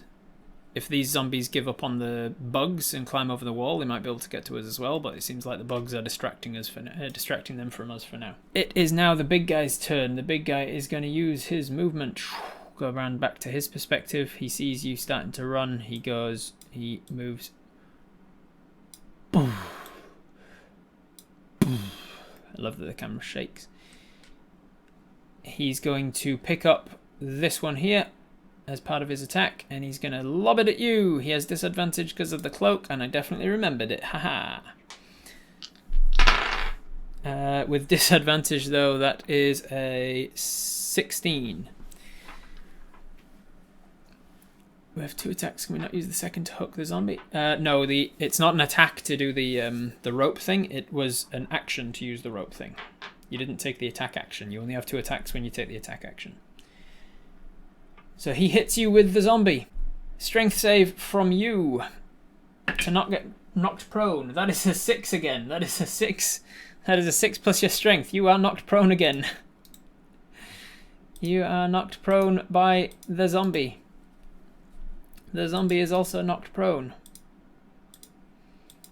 You and... Come on. You and the zombie all take...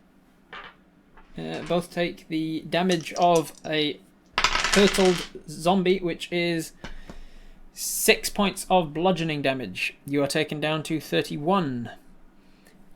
31 is exactly half of your hit points, so you are now looking bloodied as well. You're on 31 hit points. The zombie has taken 6 as well. I need to keep track of that. Zombie has taken 6. That was this guy's first attack. He's going to throw another zombie. Or is he going to just... Nah, he didn't want to slop over towards you. He could throw a gravestone at you. He's going to just pick this guy up and lob him at you. He's making a ranged attack at someone who is prone, so he has disadvantage, even though your displacer cloak ran out, and so you wouldn't have disadvantage because of that. With disadvantage, that is a 19 to hit with disadvantage. So he is still going to hit you. You can't be knocked double prone. This skeleton is also knocked prone though. Ooh, that's a lot more this time. 13 points of bludgeoning damage. So taking you from 31 down to 21, 18. You're on 18. 18 HP is what you are on now, and you've got you've got a zombie, a skeleton, a zombie, and another zombie, all within range of you. It's not looking good for you, but that is the big fleshy mound's turn. He has lobbed monsters at you. That is the big flesh mound's turn. It is now the regular zombies' turns. So let's start with these fellas in here first. They're gonna shamble. Yeah, shamble. These guys are all going to attack the bugs there. This lady's going to attack these bugs. This guy's going to come forwards and attack those bugs. This guy's going to come forward and attack those bugs. Then these guys are all just going to shamble, and shamble. Bloody shambles. Alright. Let's go for the bug attacks first. The ones inside. We've all got advantage because they're surrounded. With advantage, that's going to hit. The second one with advantage is going to hit. And the third one with advantage is going to miss. So this bugs are going to take two successful strikes from the zombos. And then halve them because of resistance to bludgeoning damage. 13 halved, rounded to 7, 7 onto 3. So that bug swarm now is looking wounded. It's at half its hit points. It's half the number of bugs that there would have been otherwise. Then this one with advantage. Oh, the first one didn't have advantage because she wasn't surrounded yet. Miss. Second one hit, and then the third one arrives and has advantage with a miss. 5 and a 6. So only one strike on that second mound, second swarm. 5 points halved, rounded to 3. That's so 3 points to them. Both of the Mel's militia still sticking around. These bug swarms are doing well. And bug swarms are sticking around, doing well. Alright, then it is the monsters on the outside, the zombies on the outside. This guy is going to slam Mel. Oh, I missed. I mean, that's good for you. Yeah, no, that's good. I was thinking of Mel then. No, 4 plus his modifier will not hit Mel. This one is going to stand up. Ugh. And this one is also going to stand up. Ugh. And then this one is going to shamble on around to you. Or I'll go all the way up there, apparently. Alright, so these two first are going to attack you. They have advantage because you're prone. You've taken a hit since your last turn, so you don't have protection from good and evil, you don't have your displacer beast, and you're prone, so they have advantage to hit you. And then the third woman, when she arrives, will also be at advantage because you're still prone and you'd be surrounded by then as well, so double advantage really. So first guy hits with that's going to be a 17 to hit. The second guy hits with a natural 20 to hit. And then the third one hits with a 16 plus stuff will hit. So all three of them are going to hit, the second one of which was a nat 20. So the first one, thankfully minimum damage, that's going to be 3 points of damage to you. So it takes you to 15. The second one, which was a nat 20, is going to be a d6 plus 2 is 8 plus 3 is 11. So 15 down to 4. You're on 4 hit points, and then with a d6 plus 2, I've got to get less than 4, otherwise you're unconscious from all of the zombie strikes.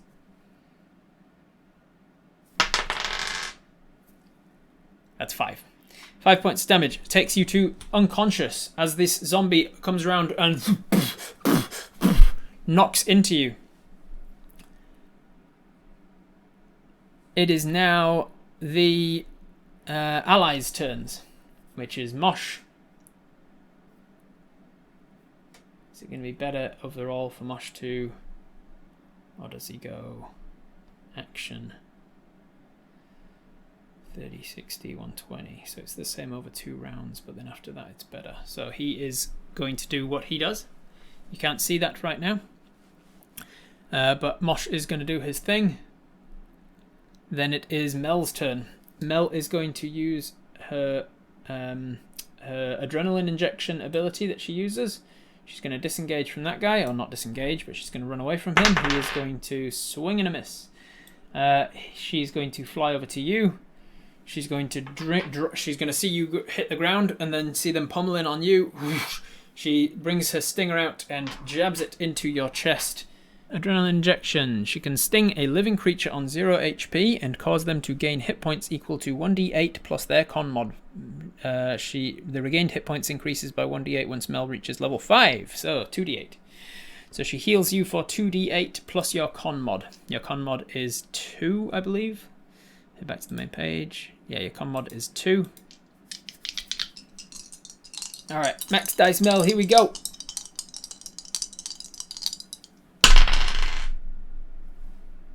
Hey, not bad off, not far off of max. She got 2 7s on them. So 14 plus 2, you get 16 hit points back from Mel as she stings into you. Get up, Apis, we need to move, quick! You just black out and then almost immediately get a big stabbing pain in your chest as she injects into you and hits your adrenal glands and gets them moving.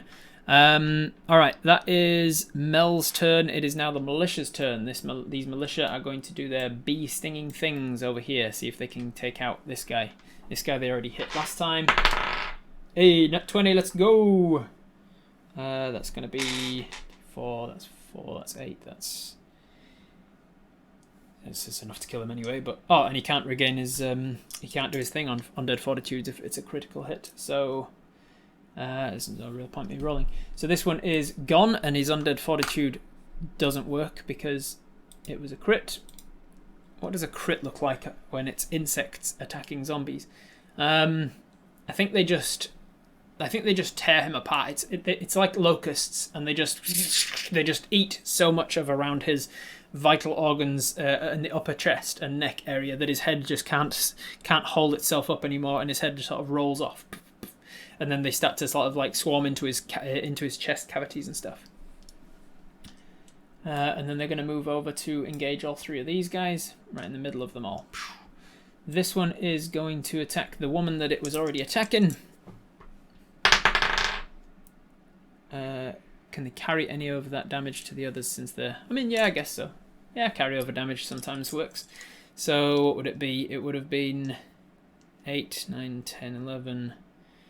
11 plus... Oh, and I maxed those as well, so 19. 19 off of the 6 he had. 5, what do you only had? So it carries over 5 to the other guy next to him. Alright, so then the other guy attacked 19 plus stuff will hit, and then... That's going to be 8 points of damage to her. So she'd already taken a little bit, so let's put her at an Undead Fortitude check. She makes it though. So they're biting and stinging at her, eating into the eyes and stuff, and she like goes down and then like stands back up again. So the insects swarm, and then they're going to sort of not disengage, but they're going to just move to engage all 3 of those. You don't get attacks of opportunity when something moves you out of range. It's only when you choose to move out of range, so no. Alright, that is the insects. That's Mel and the militia. It is now Apis' turn. Apis, who was it? Did I draw it? I don't know if I drew it, did I? I forgot to draw it. Batmerp. Sorry for giving you no time to plan, Batmerp. I forgot to draw it a little bit early. But here's the situation as you see it. You are on the ground, prone. You went unconscious, so you've currently dropped your torch, your bow, and your rope. They're all on the ground by your feet. As a free object interact, you can pick one of them up. Maybe 2 of them if you are persuasive. You can use your movement. You can stand up. You've dropped concentration on Hunter's Mark on this guy. You have got 4 enemies in the immediate vicinity of you. You've also got a big enemy that keeps throwing shit at you. It's not a good situation to be in. I'm not going to lie. It's not the best situation that you found yourself in before. What are we doing, Batmerp? Get up. Zephyr Strike as a bonus action. Fire 2 fire arrows into the big boy, and then run with the Zephyr Strike extra movement, and if we can grab the rope if possible while running. Awesome, thank you, Batmerp, very efficient. You will stand to your feet. Mel saying, "Come on, Apis, get up, we're in trouble." And you say, yeah, we're in trouble. You stand up, you see a bunch of them around you, your instinct is to move away, and you realise that turning your back on them is not a good idea, so you move like the wind first. You summon down deep into the Zephyr Strike ability that you've felt before. You bonus action Zephyr Strike so that you can back away from this guy without any attacks of opportunity. You move back to here. Then you turn around. Oh, well, before moving back, you grab your bow. You can only grab one of the 3 items that's on the ground beside you because free object interact. You turn around, you've got your bow in hand. You set off an arrow towards the big boy. It's one of those fire arrows. I'll say, let's say.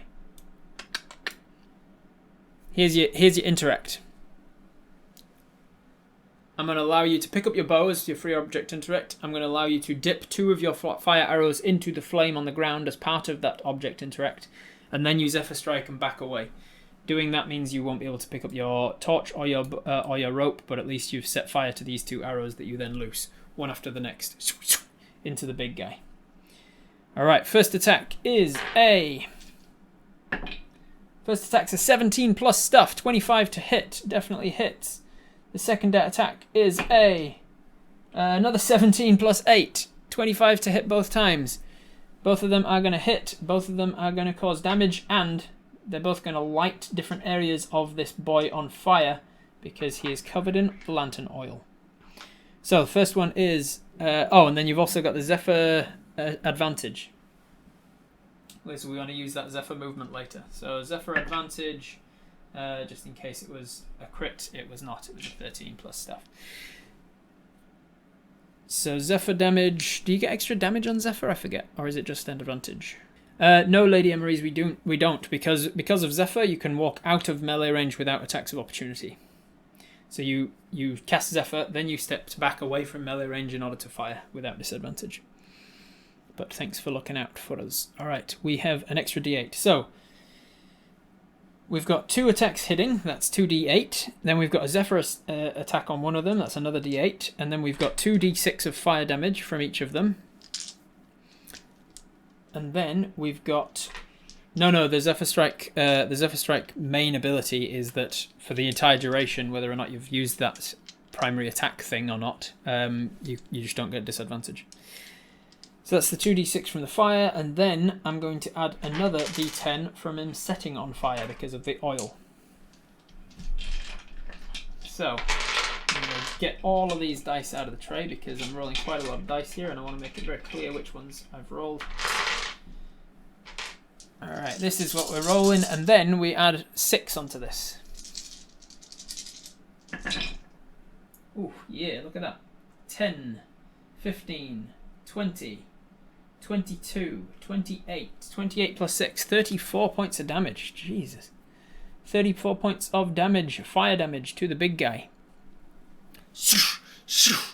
You fire it off, it hits him pretty square in the core of this fleshy mound. And then suddenly, whoosh, it goes up in huge amount of flame. And because of the way that it is rolling and roiling over each other, kind of moving about, they have spread the oil from where it initially splashed over the exterior parts into the center of it. As it's been moving forwards, there's oil spread throughout these body parts and torso pieces. And so the fire is burning very strongly within and without this creature. Whoosh! Indeed. Alright, so you get an extra 10 feet of movement this round because... Is it 20 feet of movement from Zephyr? I think it's 20 feet, isn't it? So you've got 15 feet left from standing up. 12 feet left. 12 feet. You stood up. You moved 5 feet. You've got about 7 feet left. But then your Zephyr strikes, so you've got about 27 feet left. Is it extra 30 feet? Wow, you've got 37 feet left. So, 5, 10, 15, 20, 25, 30, 35. You start to leg it out of here in a little bit more than 35. You get to the edge of the graveyard where the forest starts appearing. Does it look wounded? Hard to tell. With this thing, you're not really going to get an indication of when it's bloodied or wounded because it's a rolling mass of body flesh. You've run all the way to there, to the edge of the graveyard. I wonder if I can zoom right out and give you an overview. There you are. Wonderful turn. Very useful indeed. You've left your rope behind. You've left a burning torch behind. But if you can survive, then that's all that matters. You can come back and get your rope another time. You yell to Mel to flee as well as you're running. Yeah. All right. It is now the big guy's turn. Big guy's turn. From his perspective, he has been throwing shit at you. You've set him on fire. Oh, top of his turn, he takes another 10 points of fire damage.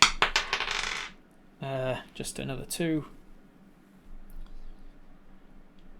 points of damage. Ooh, nice. Self-preservation isn't an instinct for undead. It does want Mel, I think. Mel's the closest living thing. So it might just lob a zombie at Mel, I think. It reaches down, it picks up this lady. Reaches down, picks up this lady. This lady that's already been bitten up pretty badly by the militia. And he lobs it at Mel. Mel is flying. Does he have disadvantage?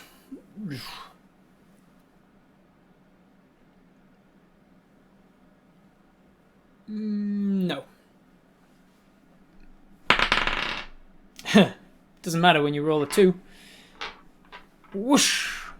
What's Mel's armor? Yeah, no, way more than that. She's way too dexterous, and she's got armor on now. So this zombie goes flying past, knocked down, and takes a bit of damage. How much damage is that zombie taking? 2d6, or the d6s? 10, 12, 13 points of damage to that. Oh, she'd already taken some damage from that. Yeah, she's fucked. She's fucked. Alright. Zombie endurance. She gets... Oh, man, she gets a 7. So she just is dead. She's obliterated by slamming into the ground. He misses this arm after arm after arm kind of extend outwards. All arms holding the next one like some sort of barrel of monkeys. Some sort of horrendous Island of Dr. Monroe style barrel of monkeys, and then it grabs a hold of a zombie and just lobs her, and she kind of comes apart in the air and just slams down into the ground. It's got a second attack though, so it's gonna grab another one of them. It's gonna lob a big heap of bones and skeletons at Mel. That's going to be better this time. Still not quite enough. No, one shy. So it is going to miss Mel. 8. 11 points of damage to the skeleton. That skeleton hasn't taken any damage yet, so it takes 11 points. Oh, but it is bludgeoning damage, which it is vulnerable to, so that's 22 points of damage, and so the skeleton is also dead. He just smashes that skeleton, he smashes the zombie. He's not the smartest guy. Thankfully Mel had a decent armor with her really high dexterity and her new leather armor that she's wearing. So she's got a good armor class, meaning that she was quite hard to hit there. That is the big guy's turn. It is now all of the minions' turns. None of those will be able to get to you, so I'm not going to worry about the shit that's inside. They're just going to busy themselves with the militia for a bit. They're probably going to finish the militia this round. They're all going to keep shambling forwards, climbing trees apparently. There we go. And then these ones outside though, they're going to go for Mel. I think this one goes for you. This lady here. Because you ran past her, so she keeps running. She sort of like follows you this way. She shambles after you. She doesn't manage to get to you, but she gets to you with a dash. These ones are going to attack Mel. That is 1 to hit. That is definitely going to hit. The second one definitely going to miss, and the third one, when he stands up and gets in melee, that becomes surrounded. So she has the advantage, and that's going to hit. So the first one hits. Second one misses. Third one hits. Come on, Mel, you got this. Not good. Not too bad at the end there. 7, 8, 9, 10, 11 points of damage to Mel. She can take that. She gets slammed a couple of times pretty badly. 11 points total to her. And then that is their turn. It is now your ally's turn. So he's now he's actually now in the graveyard. He's still not going to get to you, unfortunately. So I'll just keep a track of where he is. And then it is Mel's turn. Mel is going to use the disengage action, and she's going to fly. She's got 50 feet of movement, which is quite far. She can get past you easily. That's her action and her movement, though. It is now Apis' turn. Apis. I didn't put a Nightbot in for Apis this round because you guys it's pretty clear what you're all doing. You're all running. You've got Zephyr Strike up, so you can easily just move away from this lady without attack of opportunity. So you use your movement to keep running. You use your action to either dash or to fire. Which one do we want to do? Dash or fire? The militia, yeah, I didn't bother wasting time rolling for militia and stuff. They're just busying each other. It's not going to affect the main body of the fight. Fire, fire, fire. Fire on the one following us. Fire, dash, dash, fire, dash, fire, dash. Most people saying fire. So fire arrows as we're running. So are we going to fire on the big guy, try and finish him off, or fire on the one that's following us? Oh, some people saying dash now. All right, well, let's put it to a poll. Let's make it very clear. What are we doing? We're going to dash as our action. We're going to fire on this lady, see if we can stop her from following us, or fire on this guy and see if we can take him out so that he doesn't throw more zombies at us. Big guy should just continue burning now that he's a dead blob oozing. Yep, he's a dead oozing blob of body parts and things, and he is very strongly on fire with some lantern oil burning. Any terrain difficulty? Nothing to be concerned about. This part over here is forest. Like the trees come right up to the grave line here, the graveyard. All right, with 63%, we decide instead of dashing, we are going to turn and take shots at the big guy. Ooh, not the greatest shot from here, have we? I'll say that because you had movement, you can choose to, you know what your intent was. So as you ran, instead of running that way, you ran away from this lady this way, deeper into the woods, and also allowing yourself to maintain a shot on that guy. So you turn around as you run, you put a little distance between you and her, and then you turn around and you take 2 shots with your arrows. You can plane a warrior on one of them, and then try and finish him off. If you can finish him with the first one, then obviously a second shot can go on the zombie instead. Here we go. The first one is 14 plus stuff will hit. 14 plus stuff will hit, and it's plane a warrior. I'm going to roll the damage first instead of rolling twice because you are within range of potentially killing him here. So plane a warrior, bonus action. You feel those tingles. You fire off the arrow. It zips into the ethereal plane. 6 and a 2 is 8. 8 plus your modifier of 3 is 11. 11 takes him to exactly what he had left. 11 is exactly what he had left. So you strike through with that first one. It hits the fleshy mounds in the center, and it seems like a lot of the body parts fall off of the side, like a wilting artichoke. All of these sort of extra shells and skins of these different body parts are starting to fall away from this mound as it falls, burning away on fire. The second shot, you, without stopping to think or to do anything about it, that is 2 to hit. A 2 will miss. You fire off at the zombie that's shambling towards you, and you miss that, but then you turn to keep running. Because even with your 25 feet movement, you can outrun a zombie shambling forwards at 20 feet of movement. You are not going to be able to. You're not going to be in threat of her.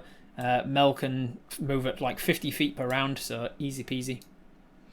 A 10 misses. Yeah, that's a good point actually. 2 plus 8 is 10. 10 would actually hit them. Yeah, you're right.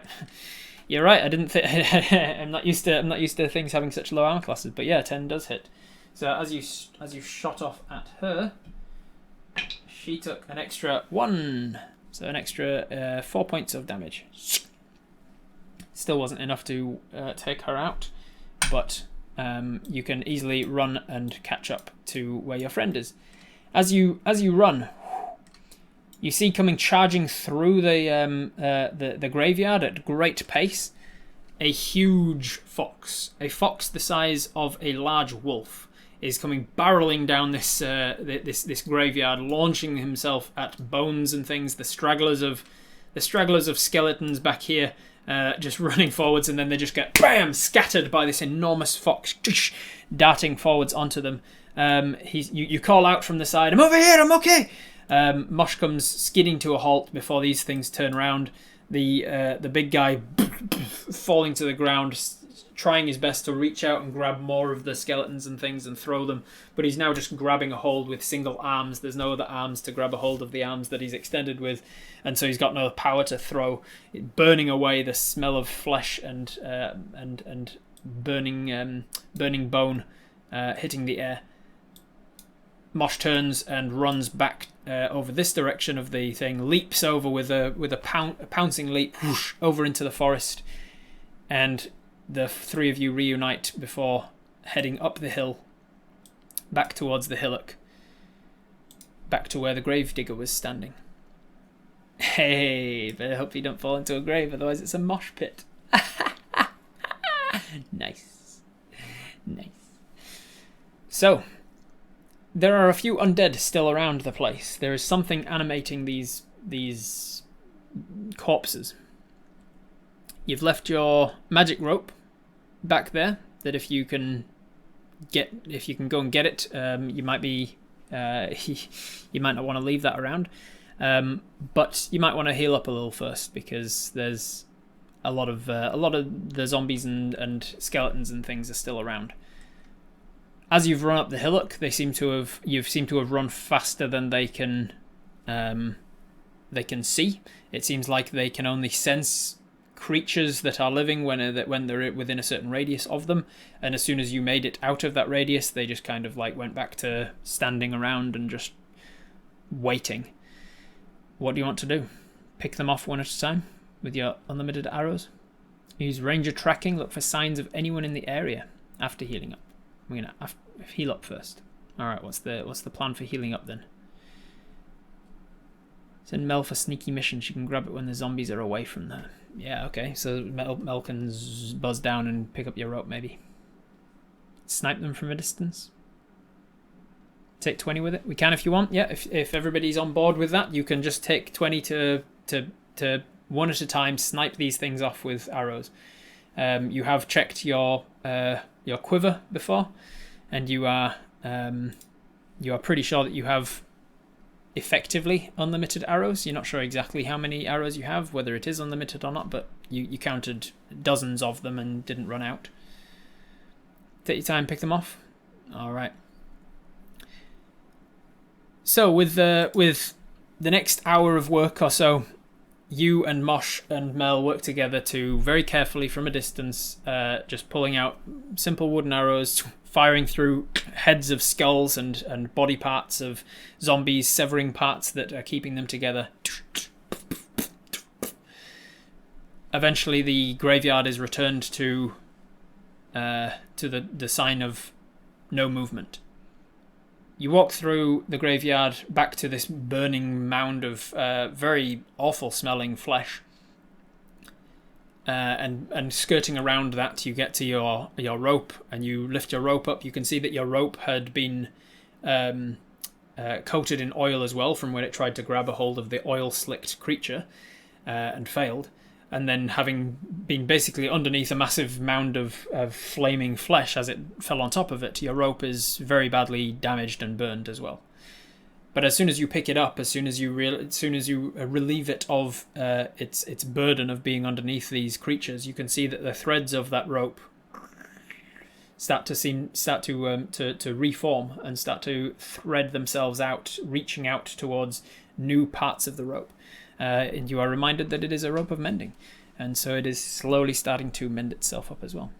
Is it now safe to investigate the pit carefully from a distance? Yes, you do so. You get close enough to be able to see down into the pit without being so close that it's an issue for you. You can see that there are a few more body parts still down there, but for the most part, most of the body parts seem to have come up out of the cell in this one creature, out of the cell, out of the pit. There are a couple of minor things that are down there still, and you can see that the walls of the pit have largely fallen in. They would have originally been quite flattened and solid, and they have over time started to sink in through weathering effects and whatnot. You can see that there is quite a lot of water down the bottom of that pit. It's quite muddy and wet. Like maybe it's retaining the water when it rains, or maybe there's maybe it's below the water, above the, what's it called, the water line, where Obviously, when you dig down deep enough, you can eventually tap into water. It might be below that. You don't see any items down there or the water table, that's it. You don't see any items down there, any obvious necromantic ritual circles or spell books or anything obvious. Call out to the Gravedigger, say it's safe to approach, and ask if he sees anything. He comes down into the graveyard with you, and he says, I don't see anything more than you see, lad. There's no spirits here. The spirits departed when I put them to rest. It's the bodies that are animating. You notice as well that there is a bit of movement around the graveyard. Just here and there, just small like twitches in fingers and things. From bodies and skulls that you've shattered already, they seem to be still having remnants of reanimation. You've definitely put them to rest for now, but there's a chance that just as you saw all of the shards of bone starting to coalesce before, there's a chance that given long enough, there might be a return of these creatures as well. Killing them over and over probably won't last now. Put everything in the pit and make a huge bonfire. You can if you want.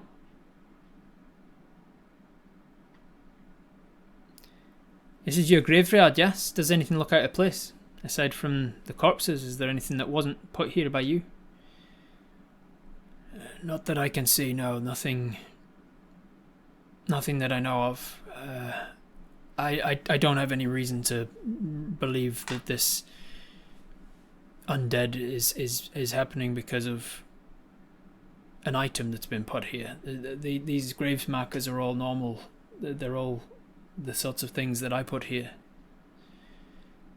The bodies that I put here, it's all part of it. It's all part of the grave. I don't know why it started happening. Insight check the digger, sure thing. That bounced up onto there. 17, not bad. Plus 2 wisdom, 19. With a 19 insight check, you can see that he is not giving you any reason to doubt him. If it's ash, there's nothing to reanimate. It's a very good point. If you want to, you definitely can use another one of your lantern oils. So if you want to take 20, as it were, you can go around the entire graveyard, pick up all of the body parts and bones and things, chuck them all into the pit all at once, and then just set the whole thing on fire and see if you can burn it to ash. Won't be easily able to climb out of the pit if it's ash. Especially if it's like ash and sludge of the water that's at the bottom of the pit. This part of Epis wants to see it all burn. That bonfire is going to smell lovely. Yeah. Smash the bones, pour the dust into the pit, burn the pit for good measure. Can do if you want. Is this good? Make sure that Digger's okay with that plan. It's his domain after all. You say, is it all right if we do this? And he says, it's fine with me. I've no attachment to the dead once they're dead. I just want them to have rest, and it's the spirits that I care for, not the bodies. The bodies are just vessels, and if something is using their vessels in a way that they wouldn't have wanted in life, I find it's more respectful to keep their bodies at rest if we can. Alright, so we are going to do that then. That's the plan. So you're going to take the rest of the light of the day. It's already getting late into the afternoon. You take the rest of the daylight hours of this day to grab all of the body parts and bones and things that you can. Every so often you will pick up one that kind of like reaches for you just on its own, just single hands that are just going for you and trying to claw, and easy enough to avoid damage from it. You throw body parts down into this pit, splashing down into the watery mud at the bottom, and then one at a time, as it's starting to clear up the graveyard, you coat them in oil. You take one of your lantern oils, you've got one left. Take one of your lantern oils, you take everything else, you chuck it down into the pit, and then you light a torch and throw it in. I'm going to just get rid of one more torch. Yeah. The whole thing goes up. and you back away from the pit because it's about to get real stinky. Do any of the trees somehow look different inside or outside the graveyard or along the river? Nothing in the graveyard looks different. You can you head along the river, and you make a survival check. This definitely does have forest bonus on because it's very much pertaining to your knowledge of trees and things. That is a, what was that? That's a 10 plus your survival check of, I think it's an 18, isn't it, for survival? 9, 12, 18. Yeah, 18 survival, so not bad. You head out, or just as it's starting to get dark, you head out of the graveyard looking for trees. The forest that you went down on the left side, you didn't notice anything odd about. So you go around the right side where the river was, and you notice first that it is not clean water. You're not sure exactly what it is about it, but your instinct as a survivalist, as somebody who lives off the land, your instinct would be, if you saw water like this, you wouldn't drink it. You wouldn't go to fill your water skin here or even bathe in it. There's just something off about it.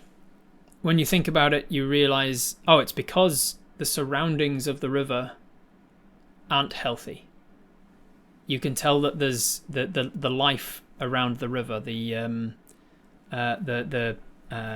grasses and the weeds and the things growing in the riverbank aren't thriving. How far up the river does the murky water go? I mean, you can keep following it if you want, but the river runs down from the lone mountain in the north-northwest of where you are. And it runs right by the edge of the graveyard. And then it turns east and heads away from the graveyard. The murkiness of the river seems to come from upstream. Not like it's already murky before it hits the graveyard. The trees around the river, they don't look healthy.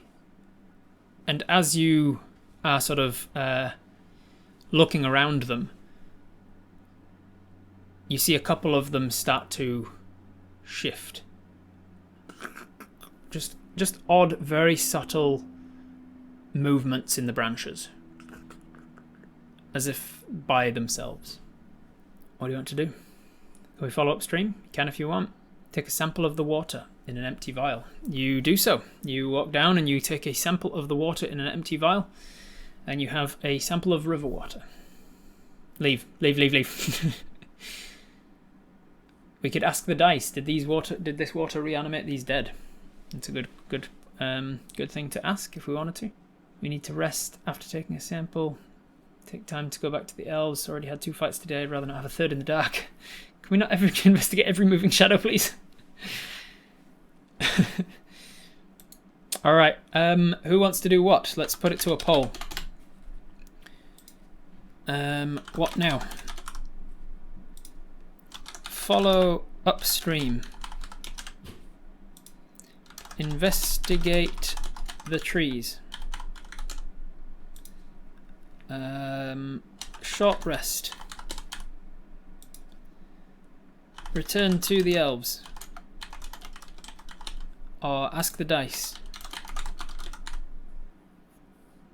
We really need to leave now. Check for illusions in the trees. That's an easy enough thing to do. That's a passive thing to do, really. You're just kind of looking at the trees to see if anything looks like an illusion. Dice cam. That is a 4. 4 plus your intelligence, your investigation. They look like trees. There's nothing looking like, aside from the fact that in your peripheral they seem to sort of move their branches a little. Aside from that, they look like regular trees. Just unhealthy, sort of dying trees. It's about forest trees, so forest bonus. I'll allow it. Your investigation with forest bonus is a +6, so 10. You don't notice anything with a 10. Rest first and then follow. Isn't Mosh there too at full health? Yeah, Mosh is here. Mosh is here and he's at full health. So is the Gravedigger. Mel is here and not on full health. All right, with 49% of the vote, people wanting to short rest. That means that we did not get a majority. So I'm going to drop off the bottom 3 options, and we're going to ask again with just 1 minute to decide: short rest or return to the elves. Don't short rest here. The trees are sus. I'm afraid you should have spoken up soon, and Pockfin, you should have been more persuasive in your argument, because 64% of people decide we're going to short rest. We are too tired. We've used up too many of our resources. Apis is feeling a little lacking in stamina. Has taken a bit of damage from the beating that they got from the animated corpses. Got bruises and battered bones and things. So Apis decides we need to rest. You look at the trees. You see that they're moving in a weird way, and you think, no, not yet, not today, thank you. And you turn and you leave with the Gravedigger and Mosh, and you head back away from there, away from the graveyard, back up the hillock to the top where the farmhouse looking thing was, where the abandoned house was, and you head into the farmhouse to short rest.